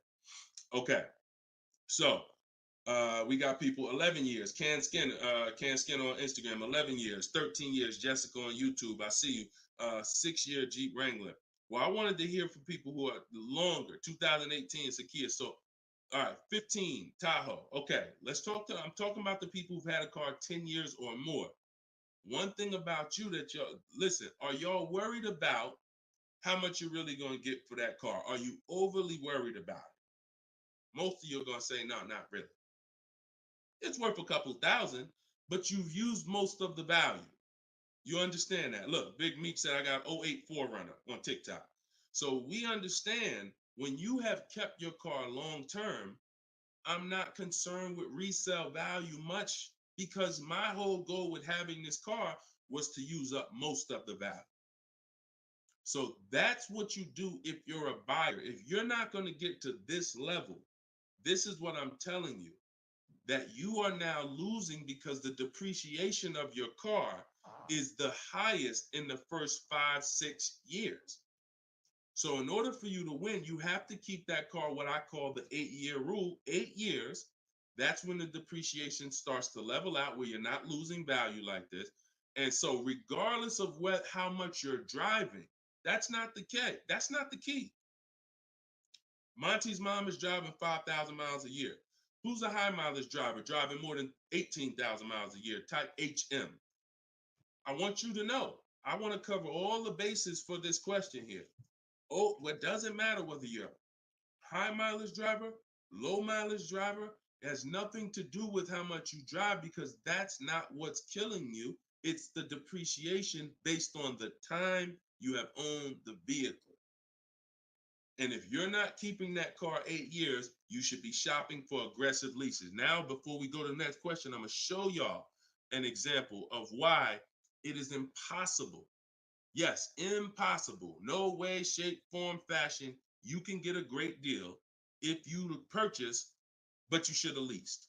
Okay? Let's use this scenario. Let's use Frina. Let's use Frina as an example. So Zafrina, she picks up, and you can see this date. She's recent. This is just, not too long ago. So Frina gets a $65,000 Jeep Grand Cherokee. She uses my system. You can see she uses the Cars from Home system, where she gets bids, multiple bids. We get at least 5. So don't look at this price and be like, oh, Deshone, that looks incredible. Yeah, that's because we get this through bidding. You get the best price. That's what we do here. So stick around, you'll understand if you're new to the show. But she's paying $579 a month for a $65,000 Jeep Grand Cherokee. Just so we can, let me level this out for y'all. If she pulls up to someone who decided to purchase because they didn't understand leasing, or they was taught never lease, so they're going to go in, they want that same truck as her. Let's just assume they got a ridiculous, how much is a great discount on this Jeep? I want to use your numbers. Type in the comments, what do you think is a great deal, a great discount? She go in just don't be realistic though. Somebody walk in, she going and she looking at this $65,000 Jeep. Somebody's going to purchase it though. What would be, because I want to show y'all that even at the best discount that you could name, realistic though, you're still going to lose if you purchase compared to somebody who leased. Go ahead, throw some numbers out. What's a big discount? Okay, look. All right, I'm going to make up a number because it's okay, 600. No, not a payment. Not a payment. I'm talking about, okay, Aux the Pro said 20%. Now, we already know saving 20% off a new car is pretty much never going to happen, right? We can agree. That's usually never going to happen, 20% off the price. Let's see how much 20% is. So 10% would be $6,500. 20% would be $13,000. So let's say they knock $13,000, an impossible discount. Someday somehow we do something never been done before. They end up getting this car for $53,000. $53,000. Every $5,000 on a loan is how much per month, y'all? Some of you know, some of you seen my videos, some of you been on the show before. Every $5,000 on a loan is about how much per month? $100. Exactly. So let's do this math now.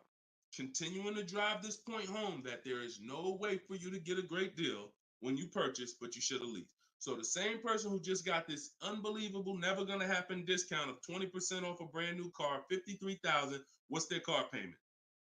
$53,000, car payment's about $1,050 a month. $1,050 a month for 5 years. Let's just say they take another year on the loan. They say instead of a 5-year loan, let's take a 6-year loan. $900 a month for 6 years. Freena's paying $579. Is that sinking in? Type $ if that's sinking in. that, whoa, you telling me, Deshone, the same price that this person just got, and she got a ridiculous lease on it, she's paying $579 a month, even if a person got an never gonna happen discount. I literally just took what my man here on Instagram threw out, and he knew he was throwing out something crazy by saying 20%. Even with the 20%, payments $500 a month more than Frena got leasing it. Now let's do one more scenario here. One more. See, all of this is what I'm teaching. This is in my book. This is why the book is 4.9. Goodreads.com. Thank you to everybody who's reviewed the book, Cars from Home, 7 Steps to Saving Time, Money, and Avoiding Dealerships. One more scenario. Let's throw a used car in here. So we already looked at Frena's deal, brand new, great lease. Second, brand new, never gonna happen discount. Now let's throw a used one in there. Let's say somebody says, you know what? I'm looking for hold on, I want to put that back up, Dolan. Let's keep that up because we're talking about this scenario. So please put Frena's deal back up on the screen, Dolan. Matter of fact, here, I got it right in front of me. All right. So we got third scenario here. Somebody now is saying, all right, I'm gonna find that truck used though. So instead of 65, good price on a used one. Let's say we find one that's like 40% off, 3 years old. Again, I'm using extremes to show y'all. So some of you are like, Deshone, if you're using extremes and it's this different, dang, I've been overpaying by not understanding leasing. Yep. I wish I had Dave Ramsey here. I wish we could get Dave Ramsey on the show. You know, I wish he was in the audience. I wish him, you know, because unfortunately, look, shout out to Dave. I know he has the right heart, the right intentions, but he has the wrong information. He's what I call confidently incorrect. That means dangerous. You're dangerous. When you're confident and incorrect, you're dangerous to yourself and others. So now, used car, somebody gets this car, they knock 40% off the price, and they get one for like $40,000. $65,000 truck. I got one 3 years old. I paid 40 for it. Every $5,000 we just said is about $100 a month. 40 payments, $800. You take a 6-year loan, payments $725. On a used one, we're no longer even talking apples to apples with the vehicle. On a used one, $579 Frena's paying, $725 for a 6-year loan on a used one, 3 years old, 1 year on the warranty left. Then you're on your own. $1,000 a month to buy a brand new one. See, son, you getting mad yet? Are you getting mad yet at the people who taught you not to lease? Now, who should be? Because some of you, if you just tuned in, you might be thinking, oh, Deshone, so should I only lease? No. If you are not keeping your cars 8 years, then you should only lease. Because when you buy, if you keep the car long enough, you can win. Because you're going to pay double what Frena's paying if you buy a brand new one. You're going to pay more on a used one, but eventually you pay off the car, you keep it 8, 10, 12 years. The longer you keep it, you can catch up. You're still not going to, you get what I'm saying? Because Frena's always going to have a payment. If she keeps leasing, she's always going to have a payment. But if you keep buying your cars, trading them in 5 years, trading them in 6 years, trading them in 4 years, you are no way, shape, or form even close to this. You're thousands and thousands of dollars away. There's thousands of dollars more every year coming out of your bank account than someone who understands leasing. Yeah. Tell your parents, tell your cousins, tell your brothers, tell your spouse. This is what I've been ranting about for years, trying to get you to understand. That's why I say there's no way to get a great deal if you don't understand. If your deal's on the wrong foundation, no way to get a great deal. It's impossible, no matter how much you save on the car. Okay? So yeah, we go deep on that today. Good. I'm happy we got a chance to go deep. All right. I see a lot of people typing $signs. You understand. All right, Dolan, shoot the next question up. Skinner, I see you on YouTube, man. It's real.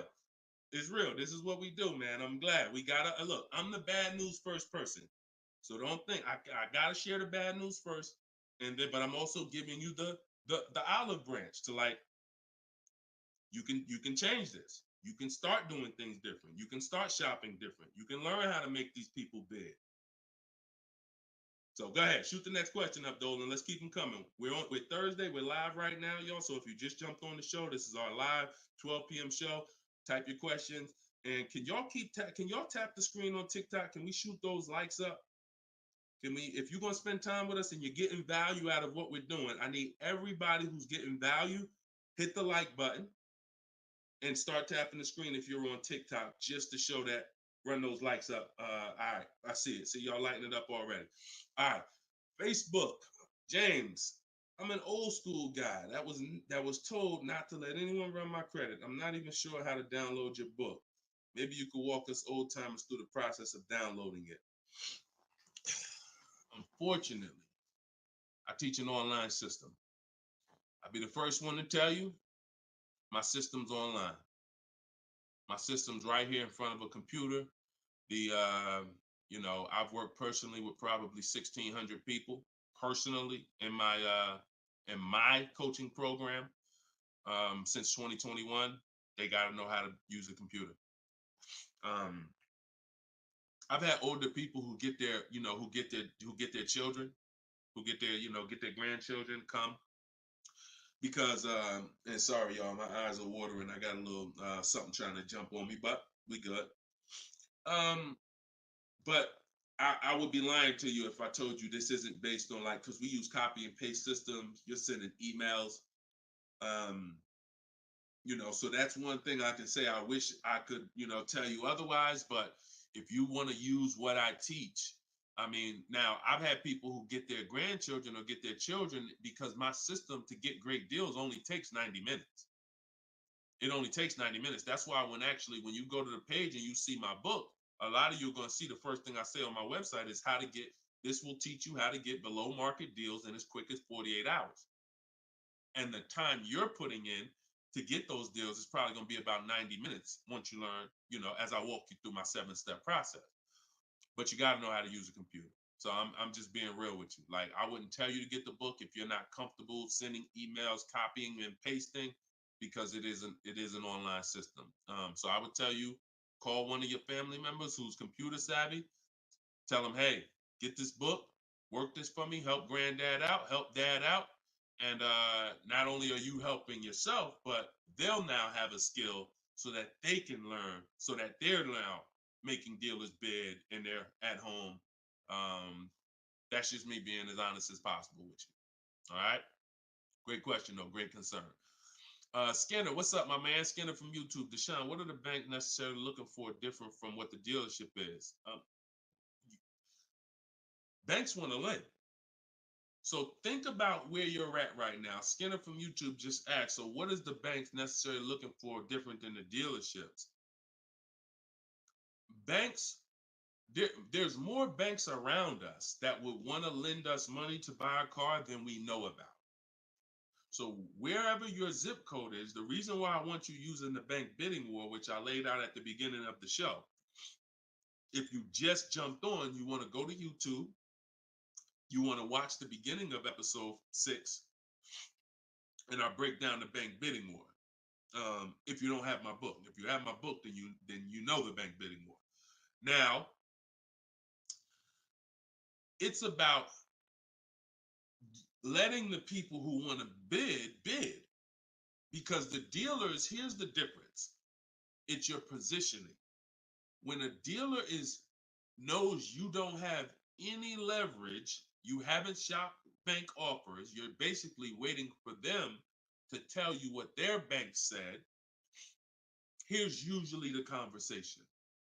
What is the most interest? What is the highest rate you think they'll take? What is the highest rate that we can actually get them? And it might be 6.2, but at 6.2, we make some nice money on the loan. But that's not the best I could do. But I'm not going to give them the best I could do, because what sense does that make? I'm going to give you the most you're willing to pay. So if I go out and say, look, we got you 6.2, your payment's this. If you don't fight them, then that's what's going to happen. But when you have offers, now what you're doing is calling them and saying, look, I got 5.79 from my credit union, or 5.79 from this online bank. If you could beat it, then I'll give you the business. Not only does this make for a good relationship because you're giving them the opportunity versus saying, oh, I'm not letting you get the opportunity. This person has 7, 10 banks. You give them an opportunity, and this is how you guarantee the best rate. So it's not about they're looking for anything different. It's about positioning yourself so that the dealer is now trying to beat the rate you got versus what I just laid out 60 seconds ago when you don't have a rate in the conversation they're having. Leverage. Leverage. All right, that's the difference. One gives you major leverage to guarantee you're getting the best offer. One, you have no leverage, and so there's no guarantee, and you'll always drive wondering, man, could I have gotten a lower interest rate? That'll always be in the back of your mind. So we want to eliminate that. All right, great question, Skinner. Go ahead, Dolan. Next one. I don't see too many questions coming in on Instagram. Instagram, where y'all at with your questions today? We getting questions from TikTok. I see a lot of them. Let's go. Oh, there's one. Okay, Body by Michelle. When buying a luxury car with cash, when should I let the salesperson know? Okay. The process of what we teach doesn't change doesn't matter what you're buying. We've had people get Maseratis, get high performance BMWs. I know this works because bidding just works. So first thing you have to do, Michelle, is realize I need to get at least 5 offers, because we're so concerned with how we're going to pay for the car that we're not thinking about which dealer is going to sell us the car for the lowest amount. Now, some of you may have been taught every dealer has the same price.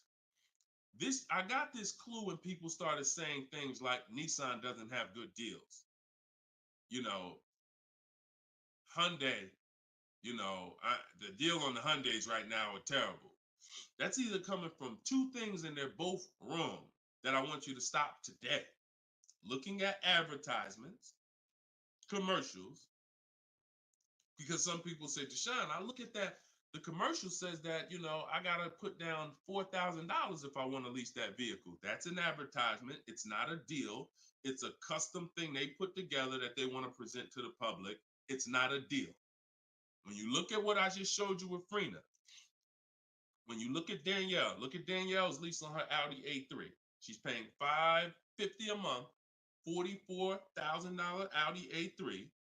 She only put her first look. This is her words. Due to circumstances out of my control, I had to lease something quickly. So my program, I told you, as quick as 48 hours, you can get below market deals. This doesn't take days and days and weeks. I took the course last weekend, did all my emailing back and forth because she's in my video program. So I do have my book, and then I have that same book in a video program. You pick. Now, finalized the deal on Sunday, was finally able to pick it up. This is the details. $550 a month. First payment down. Included maintenance, gap insurance, all fees, taxes, registration, 12,000 miles per year. MSRP was $44,000. If we saw a commercial, or if we went on Audi's website right now, that is not what they're advertising for that car's lease. They're probably advertising $479 a month with $3,700 due at signing, plus tax and fees, which would end up, if you wanted to get to this payment, you probably need $5-6 grand up front. That, I'm telling you, stop looking at commercials. Those are not deals. We don't look at commercials to dictate what the deal's going to be. Nothing that I'm ever going to show y'all that people are learning from me is ever going to match a commercial. Second thing that people might be looking at when it comes to what they deem they can get for a car is going into one dealer. That's it. Going to one dealer. What's the price? Oh, wow, that seems high. That's higher than I thought it was going to be. And leaving saying, oh, man, Nissan don't got no good deals this month. No, that Nissan dealer doesn't have good deals. And again, you have no leverage. So the first thing I want you to think about, Michelle, is changing the way you shop so that you can forget about how you're going to pay for the vehicle.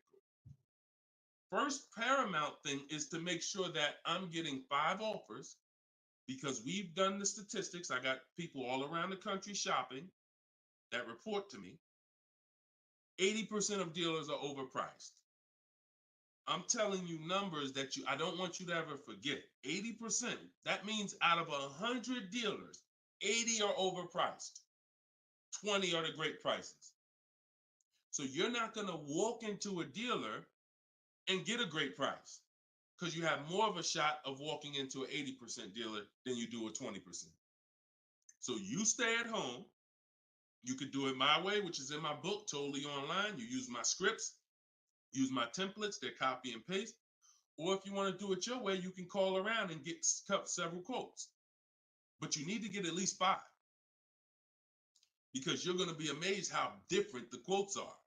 One dealer's charging $550, another dealer's charging this, another dealer's charging this. Hey, that's a $5,000 difference. That's the way it should be. That's the way it should be. Okay? So that's what you focus on, Michelle. Forget it. If you're going to pay cash, keep that in the background. People walk into a dealership all the time. You see it on internet. They make videos about it. Oh, I'm walking in, man, about to get this Lamborghini. Yeah, I want that black one right there. Boom. All right, write him up. Let's get him out of here as fast as possible before he realizes what he needs to ask. Okay, and he don't want to look like he's negotiating. You're going to overpay all the time. People celebrate the cars, but they overpaying for them. So don't focus on how I'm getting the car. Focus on, let me get these offers so I can make sure I get the best price. Once I get the best price, here's the cash. Okay? Great question. Shoot the next one up, Dolan. We're live, y'all. This is our Thursday, 12 p.m. show. We'll be live for about an hour. So we're going to try to get through as many questions as possible, but I don't like to give short answers. And for those of you who like to shine, I want all the answers in one spot. That's in my new book. It's a digital book. It's called Cars from Home, 7 Steps to Saving Time, Money, and Avoiding Dealers. And you can get yours, have everything I teach in one spot. If you get the 75% off price, it's $24. It'll be in your inbox in 5 minutes.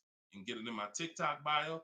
You can get it in my Instagram bio, or on Facebook, YouTube. We got a link in the comment section for you that you can get your copy at 75% off. But it's only for 30 minutes. Once the timer expires, it does go back up to the $97 price. Okay, YouTube, Hanako.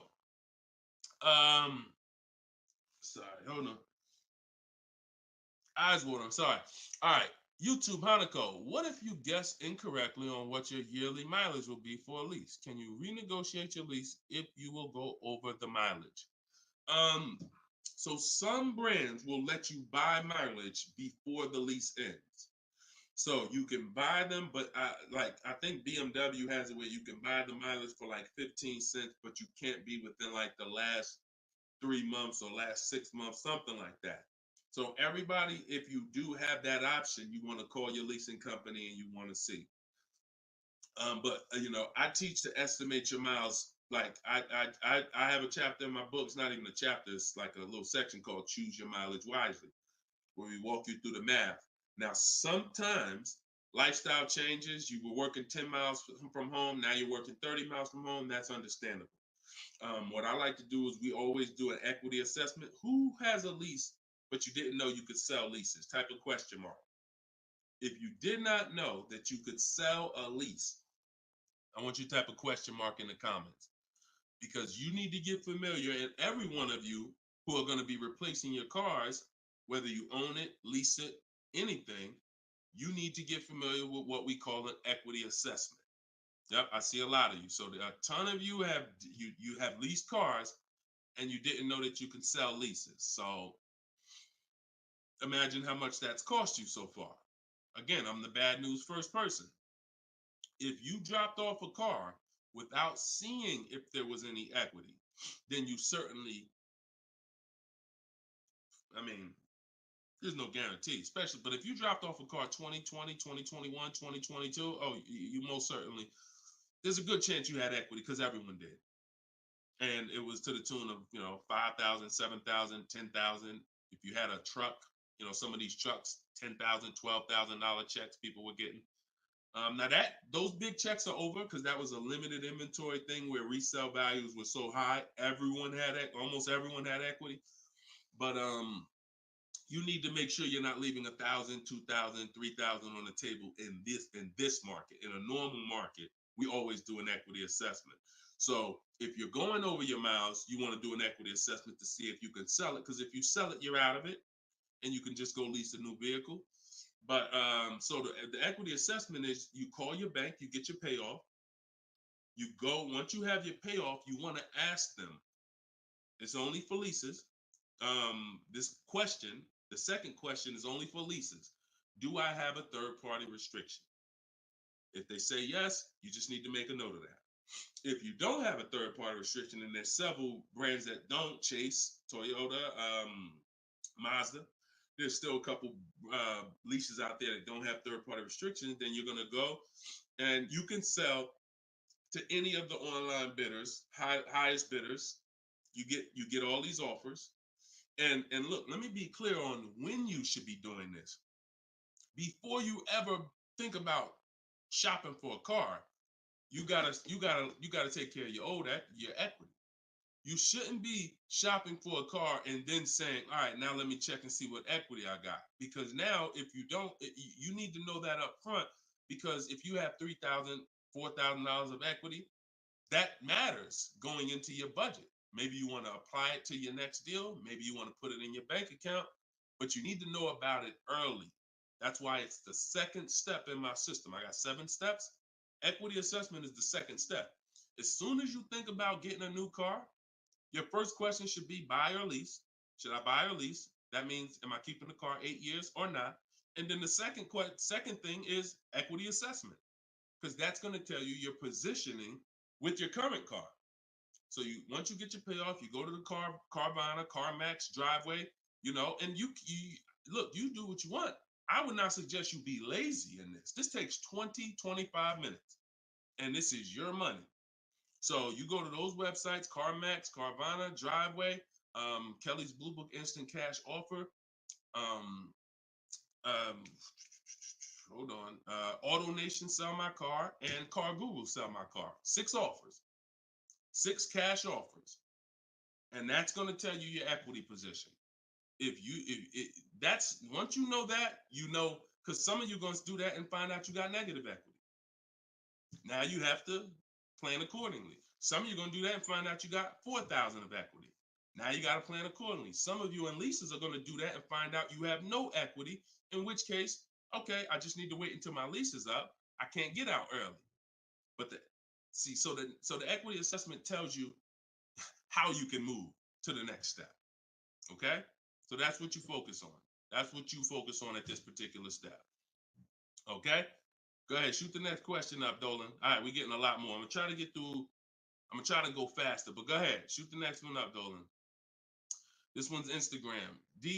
That's my man that I said I ain't want to butcher your name. Might even be a woman, so I'm not even gonna try to pronounce the name. But my lease is up in 6 months. I would like to lease again. Is my current lease gonna hurt me when trading it in? Equity assessment. I'm glad you asked that. Equity assessment. That's the game. That's the game. See, those are the questions that gets answered with the equity assessment. Is my lease going to hurt me or help me? Do the equity assessment, and you'll know. Now, if you have a third-party restriction, then we can't sell direct to these online buyers. We have to sell to a local car dealer of the same brand. So I have a script in my book where I walk you through talking to used car managers so that you can actually sell your car locally to them. You're selling a 2 or 3 year old car, usually good mileage for most. We need to sell that car to a local used car dealer, but we are still getting bids. We're not walking in. This is what a lot of people did. You may have did it. Man, I got a third-party restriction. I'm going to just walk into the dealer. hey, yeah, look, I know I got equity. You don't realize how you're making it hard for someone to even help you because you don't know how much equity you got, and now you're coming in and you're not really saying what you know. When you're at home and you're talking to managers, you're talking to people and getting offers for that car, you can speak intelligently. And we only talk to used car managers in those cases. But that's only if you have a third party restriction, because some people, another thing they were doing is buying their cars and then turning around and reselling them.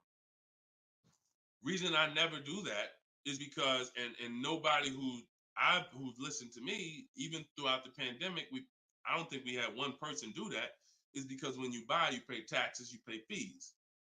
So yeah, if I had 5,000 in equity and then I buy the car and resell it, and then I pay 4,000 in taxes and fees, by the time the title gets to me and all of that, I might break even. When we sell direct to a used car manager or a local dealership, we don't pay those fees. So although they might not pay, they're not going to pay as much as CarMax, Driveway, and any of these online bidders, we still get offers from them because we don't have to. They're not going to pay those fees. We're not. Those fees aren't going to come out of our profit. Okay. Equity assessment. Again, D. I'm gonna just call you D. Go ahead. Next question, Dolan. Exactly. Exactly. Auto advisor. Equity assessment. How'd you come up with the auto advisor? That's so funny. I'm just not used to seeing, I'm not used to seeing anything that says the auto advisor unless it's there's a lot of Deshone the Auto Advisor accounts going around inboxing people to buy crypto. I don't do anything but car education. So if it ain't about Cars from Home, my book, if it ain't about Cars from Home, my video library, it ain't about my coaching program, then it is not me. Stephanie from TikTok. So you can ask any lender, even if they don't work with them directly at the dealership? Absolutely. These people lend money. They don't care about selling you a car. People that lend money want to give you a loan. Good question. Absolutely. Go ahead. Shoot the next one up, Dola.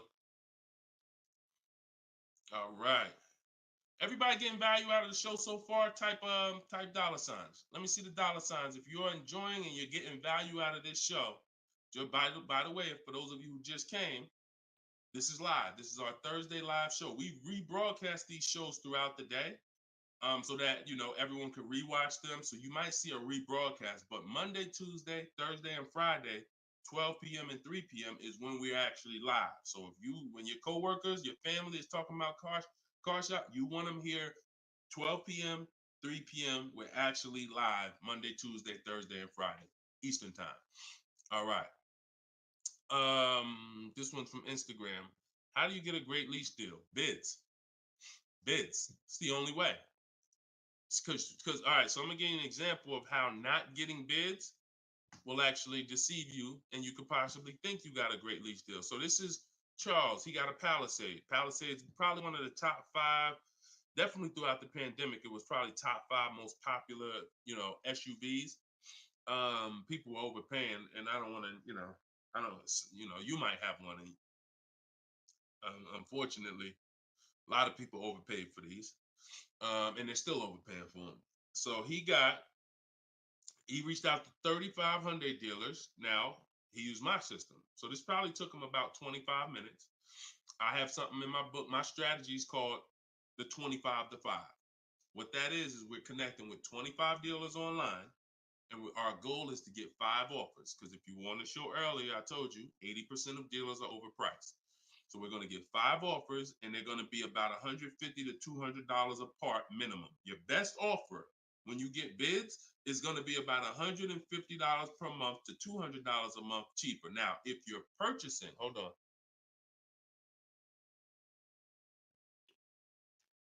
All right. Now, if you're purchasing, you're going to see, for those of you who are buying new cars, because we have several people that do that, you're going to see that there's about a $5,000 difference minimum between your best offer and your worst offer. So let's say I was buying this Palisade.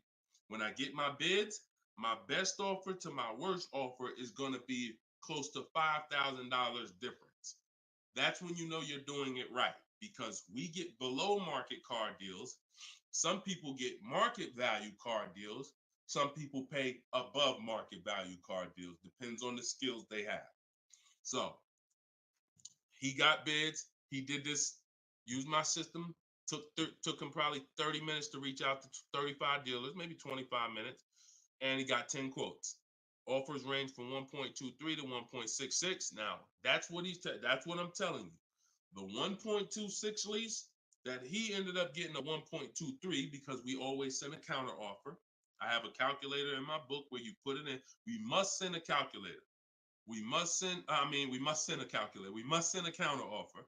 So he ended up closing the deal at 1.23, all online. Never spoke to the dealer until he was ready to lock up the deal.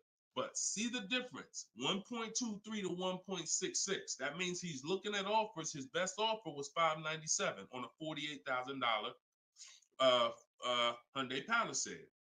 His worst offer at 1.66, that same 1.66 divided into 48,500. Hold on.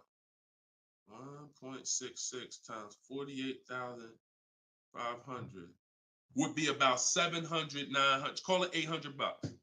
So he's getting offers. That's when you know you've done it right. So to answer your question, Tobo, how do you get great lease deals? Bids. It's the only way. It's the only way. So his best offer is $597. The worst offer he saw out of all of them, he got 10 of them, was $800. Same vehicle. 80% of dealers are overpriced. Okay? Must get bids if you want to get deals like this. Only way. All right? Shoot the next one up. Now, look, hold on real quick. I want to say one more quick thing. Until you get bids and you have enough bids, you might think you got the best deal, but you just don't know what the best deal is. See, you're going off your gut. If you're going off your gut, look at Kimberly. Kimberly saved $20,000 on her Maserati. It's a $91,000 vehicle. She posted, the one she ended up getting was 91 because a dealer near her ended up beating this offer she had, but it was an $86,961 Maserati. They offered it to her for $66,261. So they're taking 20 grand off. But she had offers that were 10 grand off. She had offers that was 12 grand and 8 grand. And if she would have tried to assume, well, damn, 8,000, that feels good. I mean, shoot, brand new Maserati, taking 8,000 off.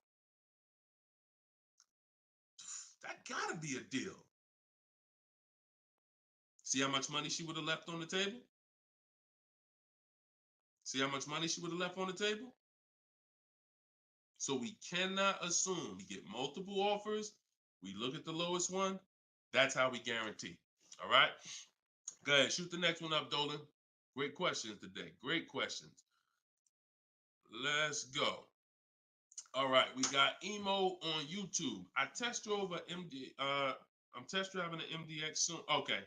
I test drove an MDX as soon as we finished. They tried to get me to run my credit. I told them I'm shopping dealerships, didn't like it, so the manager came in the office and tried it. No again. 100%. You look, y'all. If you don't have a plan, you're under someone else's plan. You follow me? I'm gonna say that again. If you got a light bulb emoji, type a light bulb emoji, type a gym emoji. Remember this. If anytime you don't have a plan, you will be subject to someone who has a plan. And there's nobody that has a plan like car salespeople. We know what we're doing. We are not trained in much. We're not trained in finance like we should be. We're not trained in buying versus leasing like we should be. We're not trained in resale values like we should be. We're not trained in insurance products like we should be. There's more insurances to consider with a car than there is a house. Kid you not. Extended warranty, that's an insurance policy. You might use it, you might not. Tire and wheel, that's an insurance policy. Gap insurance. You have auto insurance. There's multiple insurances that you need to consider in this business, when you're buying a car, when you're leasing a car. We're not trained in none of that like we should be. But what we are trained in is how to make sure we have enough information to sell you what we want to sell you. And so if you don't have, and the least, the people with the least integrity, they are certainly going to try to pin you down with the credit check. Can't give you a credit. I can't give you a quote without your credit. Come in. I need you to be here. When can you come? First question they ask, you all right? Who's getting phone calls from dealers right now? Raise your hand and type me if you're getting phone calls from dealers right now for any reason. Bring your car in early. Hey, your lease is almost up. Hey, I saw that we can get you in a new car. We can keep your payment the same. Look, nobody's business. If you're getting phone calls from dealers right now, type me in the comment. Look, Skinner said they blowing me up. So understand the reason why they're doing that is because they want to pin you down. It's just come on in. When can you come in? When I can come in, I get you to talk. Numbers in here, it means you're pinned down. You cannot do this. You're losing all your leverage. So that's why I'm telling you, you're going to shop with a plan if you're following what I'm telling you, if you're following what I teach. Some of you have my book already. Shout out to those who have my book. We're rated 4.9 on Goodreads.com. Appreciate everybody who's reviewed the book. You can get yours for 75% off. It's normally $97, but in my TikTok bio, 30 minutes only, you can get it for 75% off. Instagram bio is $24 if you get the deal in the comment section. But you must have a plan because they have a plan and you don't know who you're dealing with. So that's all I can tell you. But I'm glad you stuck to the guns. Even under the pressure, you didn't let them run your credit. You stuck to the guns. Way to go. All right, go ahead, Dolan. This one's from TikTok. Better to buy used or new? Planning to keep longer than 8 years. Thank you for all that information. Letting me know you understand the 8-year rule. I appreciate you. That's a matter of, okay, so if I'm buying to keep more than 8 years, right? Only question between new or used is a question of budget. Can you get everything you want and need in a new car for your budget? Once you get all your bids, can you get all those bids? Is the best bid that's going to win your business on a new car in your budget comfortably, then get a new car. But now some of you can't afford a new car that covers all your needs. Needs are the most important thing you need to think about. You need to know the difference between wants and needs. Needs is, I got 3 children, I need a third row. Need is, I drive on the highway a lot. I need a car that has good acceleration. That's needs. Needs are things where if you don't get them, you're not going to like the car, you're going to trade it in because it's not doing the basic things you need it to do. That's needs. Wants is, I like to have the sunroof. I don't need it though. But if I can get it in my budget, I'll take it. I like to have this. I like to have that. These are wants. You got to know the difference. Unless your budget can buy everything. But if you can't get everything you want and need in a new car for your budget, then we go used. But if you get everything you want, there's plenty of people who are like, you know what, Deshone, I am a long-term person. I'm keeping more than 8 years. I could afford both. I only get a car every, only once a decade. I want to get a new one. That's fine. And some of you are like, you know what? I really want to go with even more value. So I'm gonna look to get a pre-owned one, not 30% off the price, 20% off the price, 40% off the price. That's fine too. There's no right or wrong there. Just go through it and pick the one that works for you. Great question. Okay. And now I haven't told you, while you putting the next question up, Dolan, my process for shopping for new cars and leases is totally different than the process we teach on shopping for used cars. It's entirely different. One is called the 25 to 5, where we're reaching out to 25 dealers online, connecting with them, looking to get 5 offers. The other one is the multiple marketplace strategy, where we're on all the online marketplaces where used cars are, and we're narrowing down. We're looking at the used car market, the low prices. We're turning on alerts on our phone so we get notified whenever there's a new car that pops up. Totally different process. Both are online. But with a used car, we cannot do 100% of our transaction online. Sometimes with new cars, we've had people who never left their house.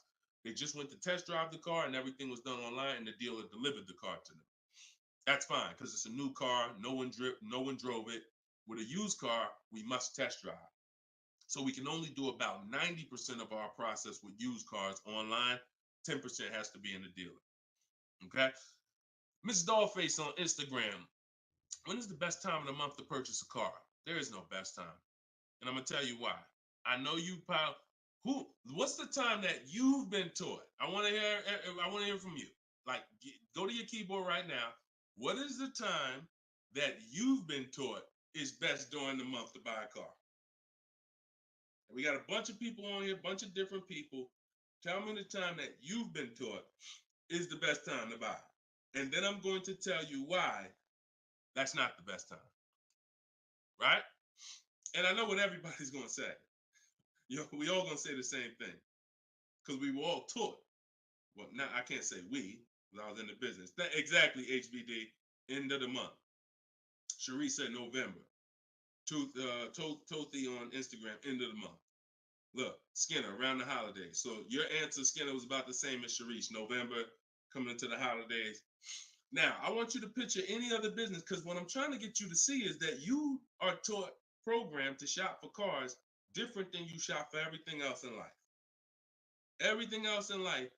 Because if you had a business where every single time at the end of the month, just dozens and dozens of people just came into your store because that's what the marketing did.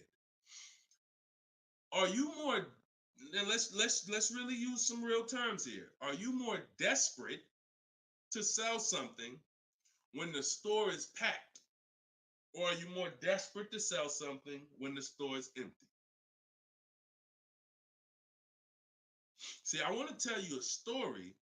If I could get you to continue to keep these stories in mind, it'll answer your questions. Now, obviously, everything's in my book. Some of you have my book and you understand all of this is laid out for you. But even as you're listening, I want you to grasp concepts that you're going to see.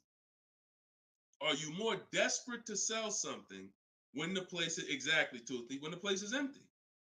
Place is empty. If I got a store and I haven't opened up that register all day long, it's daggone 5 p.m. I haven't seen one customer. I'm desperate. But if the store is packed, man, I ain't thinking, what are we giving deals for? You know what I'm saying? What are we giving deals for? The place is packed. We're not desperate. So the marketing is great. The marketing makes you think, oh, end of the month, we're getting the best deals here. There's clowns up here. They got daggone balloons. They got the guy outside with the arms blowing. They got signs everywhere. This is what the place is a carnival. Why do we need to give away these cars? No. You don't want to be sitting next to somebody and Jim drives off with a car and Jim, like, all right, man, have a good one, man. Yeah, you here too, man? We was here the same time. Great. Yeah, man, I'm going. And you sitting there and you going to say no to a deal. Salesman looking at you like, hey, look, do you want it or not? Because, we're real busy. It's people waiting in line. Do you let me know? So it's the pressure. It's the like. So I say that to say what you've been taught, the holidays, the end of the year, sounds good, but you're much more likely to get a deal when there's no one in the showroom. The 10th of the month, the 2nd of the month, place is dead. And I like to make sure you're positioned. So what I teach is something you need to have 2 dates in mind. 2 dates. Every time you're shopping for a car, I teach you need to know these 2 dates. The as soon as date and the no later than date. The as soon as date is the soonest you can buy a car. Soon as you can buy a car, as soon as date.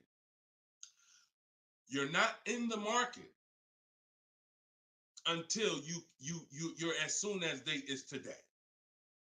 Step 5 in my process, my 7-step process is in the market, getting offers. I can buy something today. That's my as soon as date. My no later than date is my deadline. Now you have to know these 2 because the time in between is your leverage. So let's just say my as soon as date is today. I can start looking at offers. But my no later than date, I got 2 months. 2 months. I need to have a car by this time, 2 months from now. That's my deadline. I got all that time in between to say no. I got all that time in between that when I'm contacting dealers, when I'm looking at inventory, I can look at trends. I can see are the prices dropping.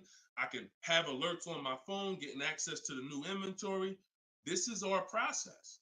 So some of you are like, Deshone, I need a car in a week. Well, you still have a as soon as date and a no later than date. 3 days, soon as date, no later than, doesn't matter. So you have to know these 2 dates because in between is your leverage, which is why I don't want you emergency shopping unless it's an emergency. Okay? I don't want you emergency shopping. Don't get into the habit, don't stay in the habit of emergency shopping. Oh, I'm gonna put it off to the last minute, and then, oh, I gotta go into the dealership. Oh, I need a car this week. All of that is working against you. Now, if you can still get, in fact, when you go to my website for my book, you'll see it says below market deals in as quick as 48 hours. But the more time you have, the more time you have to say no. Programs change every month. You see deals change, lease programs change, rebates change. And so when you have inventory changes, so if you're looking for a black or blue car, all these dealers don't have one right now, but they got one coming next month. You can, that's fair game for you because you have time. So these are all the benefits of getting in the market 3 months early and learning how to look at the deals. If there's a great deal now, we jump on it. If there's not, okay, I'll look next month. And that's what I did when I got my mother's lease on her Mazda CX-5. October, I was looking at the deals. I didn't like them. Got all my offers. I said I didn't like them. Now, the great thing is I made contact with all these dealers. So they know. Now I'm following up next month. Hey, just checking in. How's the deals looking for this month? November, didn't like them. 3rd month, December, got the deal I liked. Wrapped it up. So don't always think time is an asset. Time is an asset. Now, if it's an emergency, that's fine. We got to get a below market deal. We only got a week to do it. That's fine. You better have a strategy. But if you have the luxury of time, we use that to our advantage. So I wouldn't say there's a best time of the month to purchase a car. But if you're in the market and you're positioned, here's another thing you're positioned for. Every now and then we come into the dealership. When I was at Mercedes, when I was with General Motors, it happens all the time throughout the year. It could happen on the 10th of the month. It could happen on the 12th of the month. It could happen on the 8th. We don't know when this is going to happen, but this is the conversation I'm about to give you a behind the scenes look of exactly what happens and why I want you to be positioned.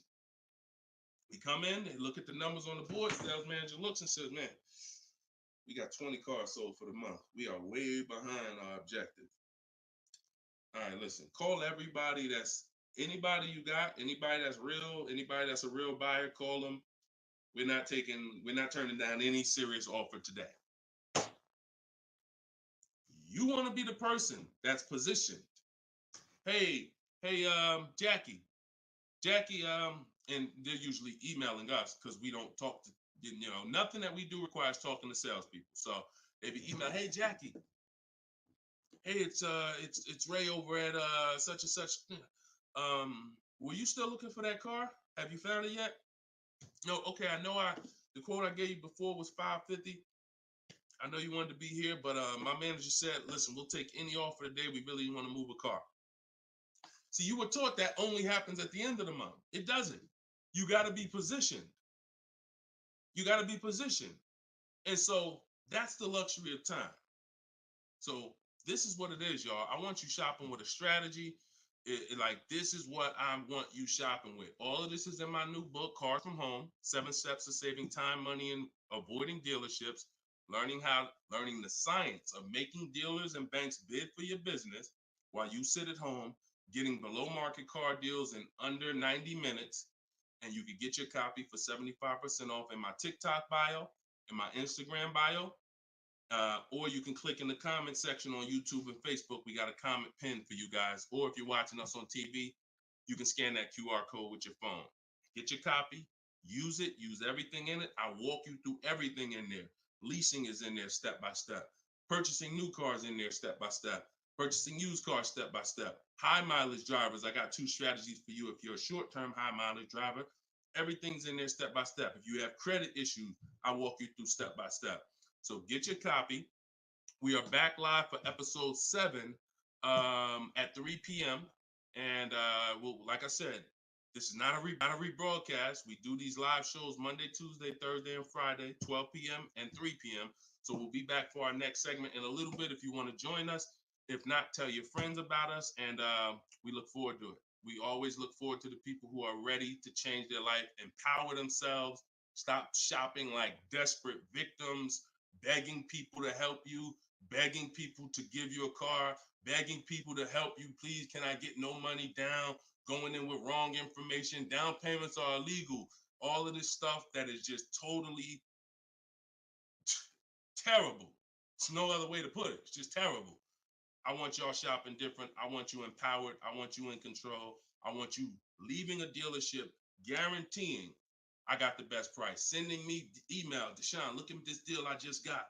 I got all these offers. Look at this used car I just got. I got 40% off the brand new price. That's what I want you emailing me. Empowered, and that's what we're going to get to. God bless y'all. I'll see y'all on the next segment. Shout out to everybody.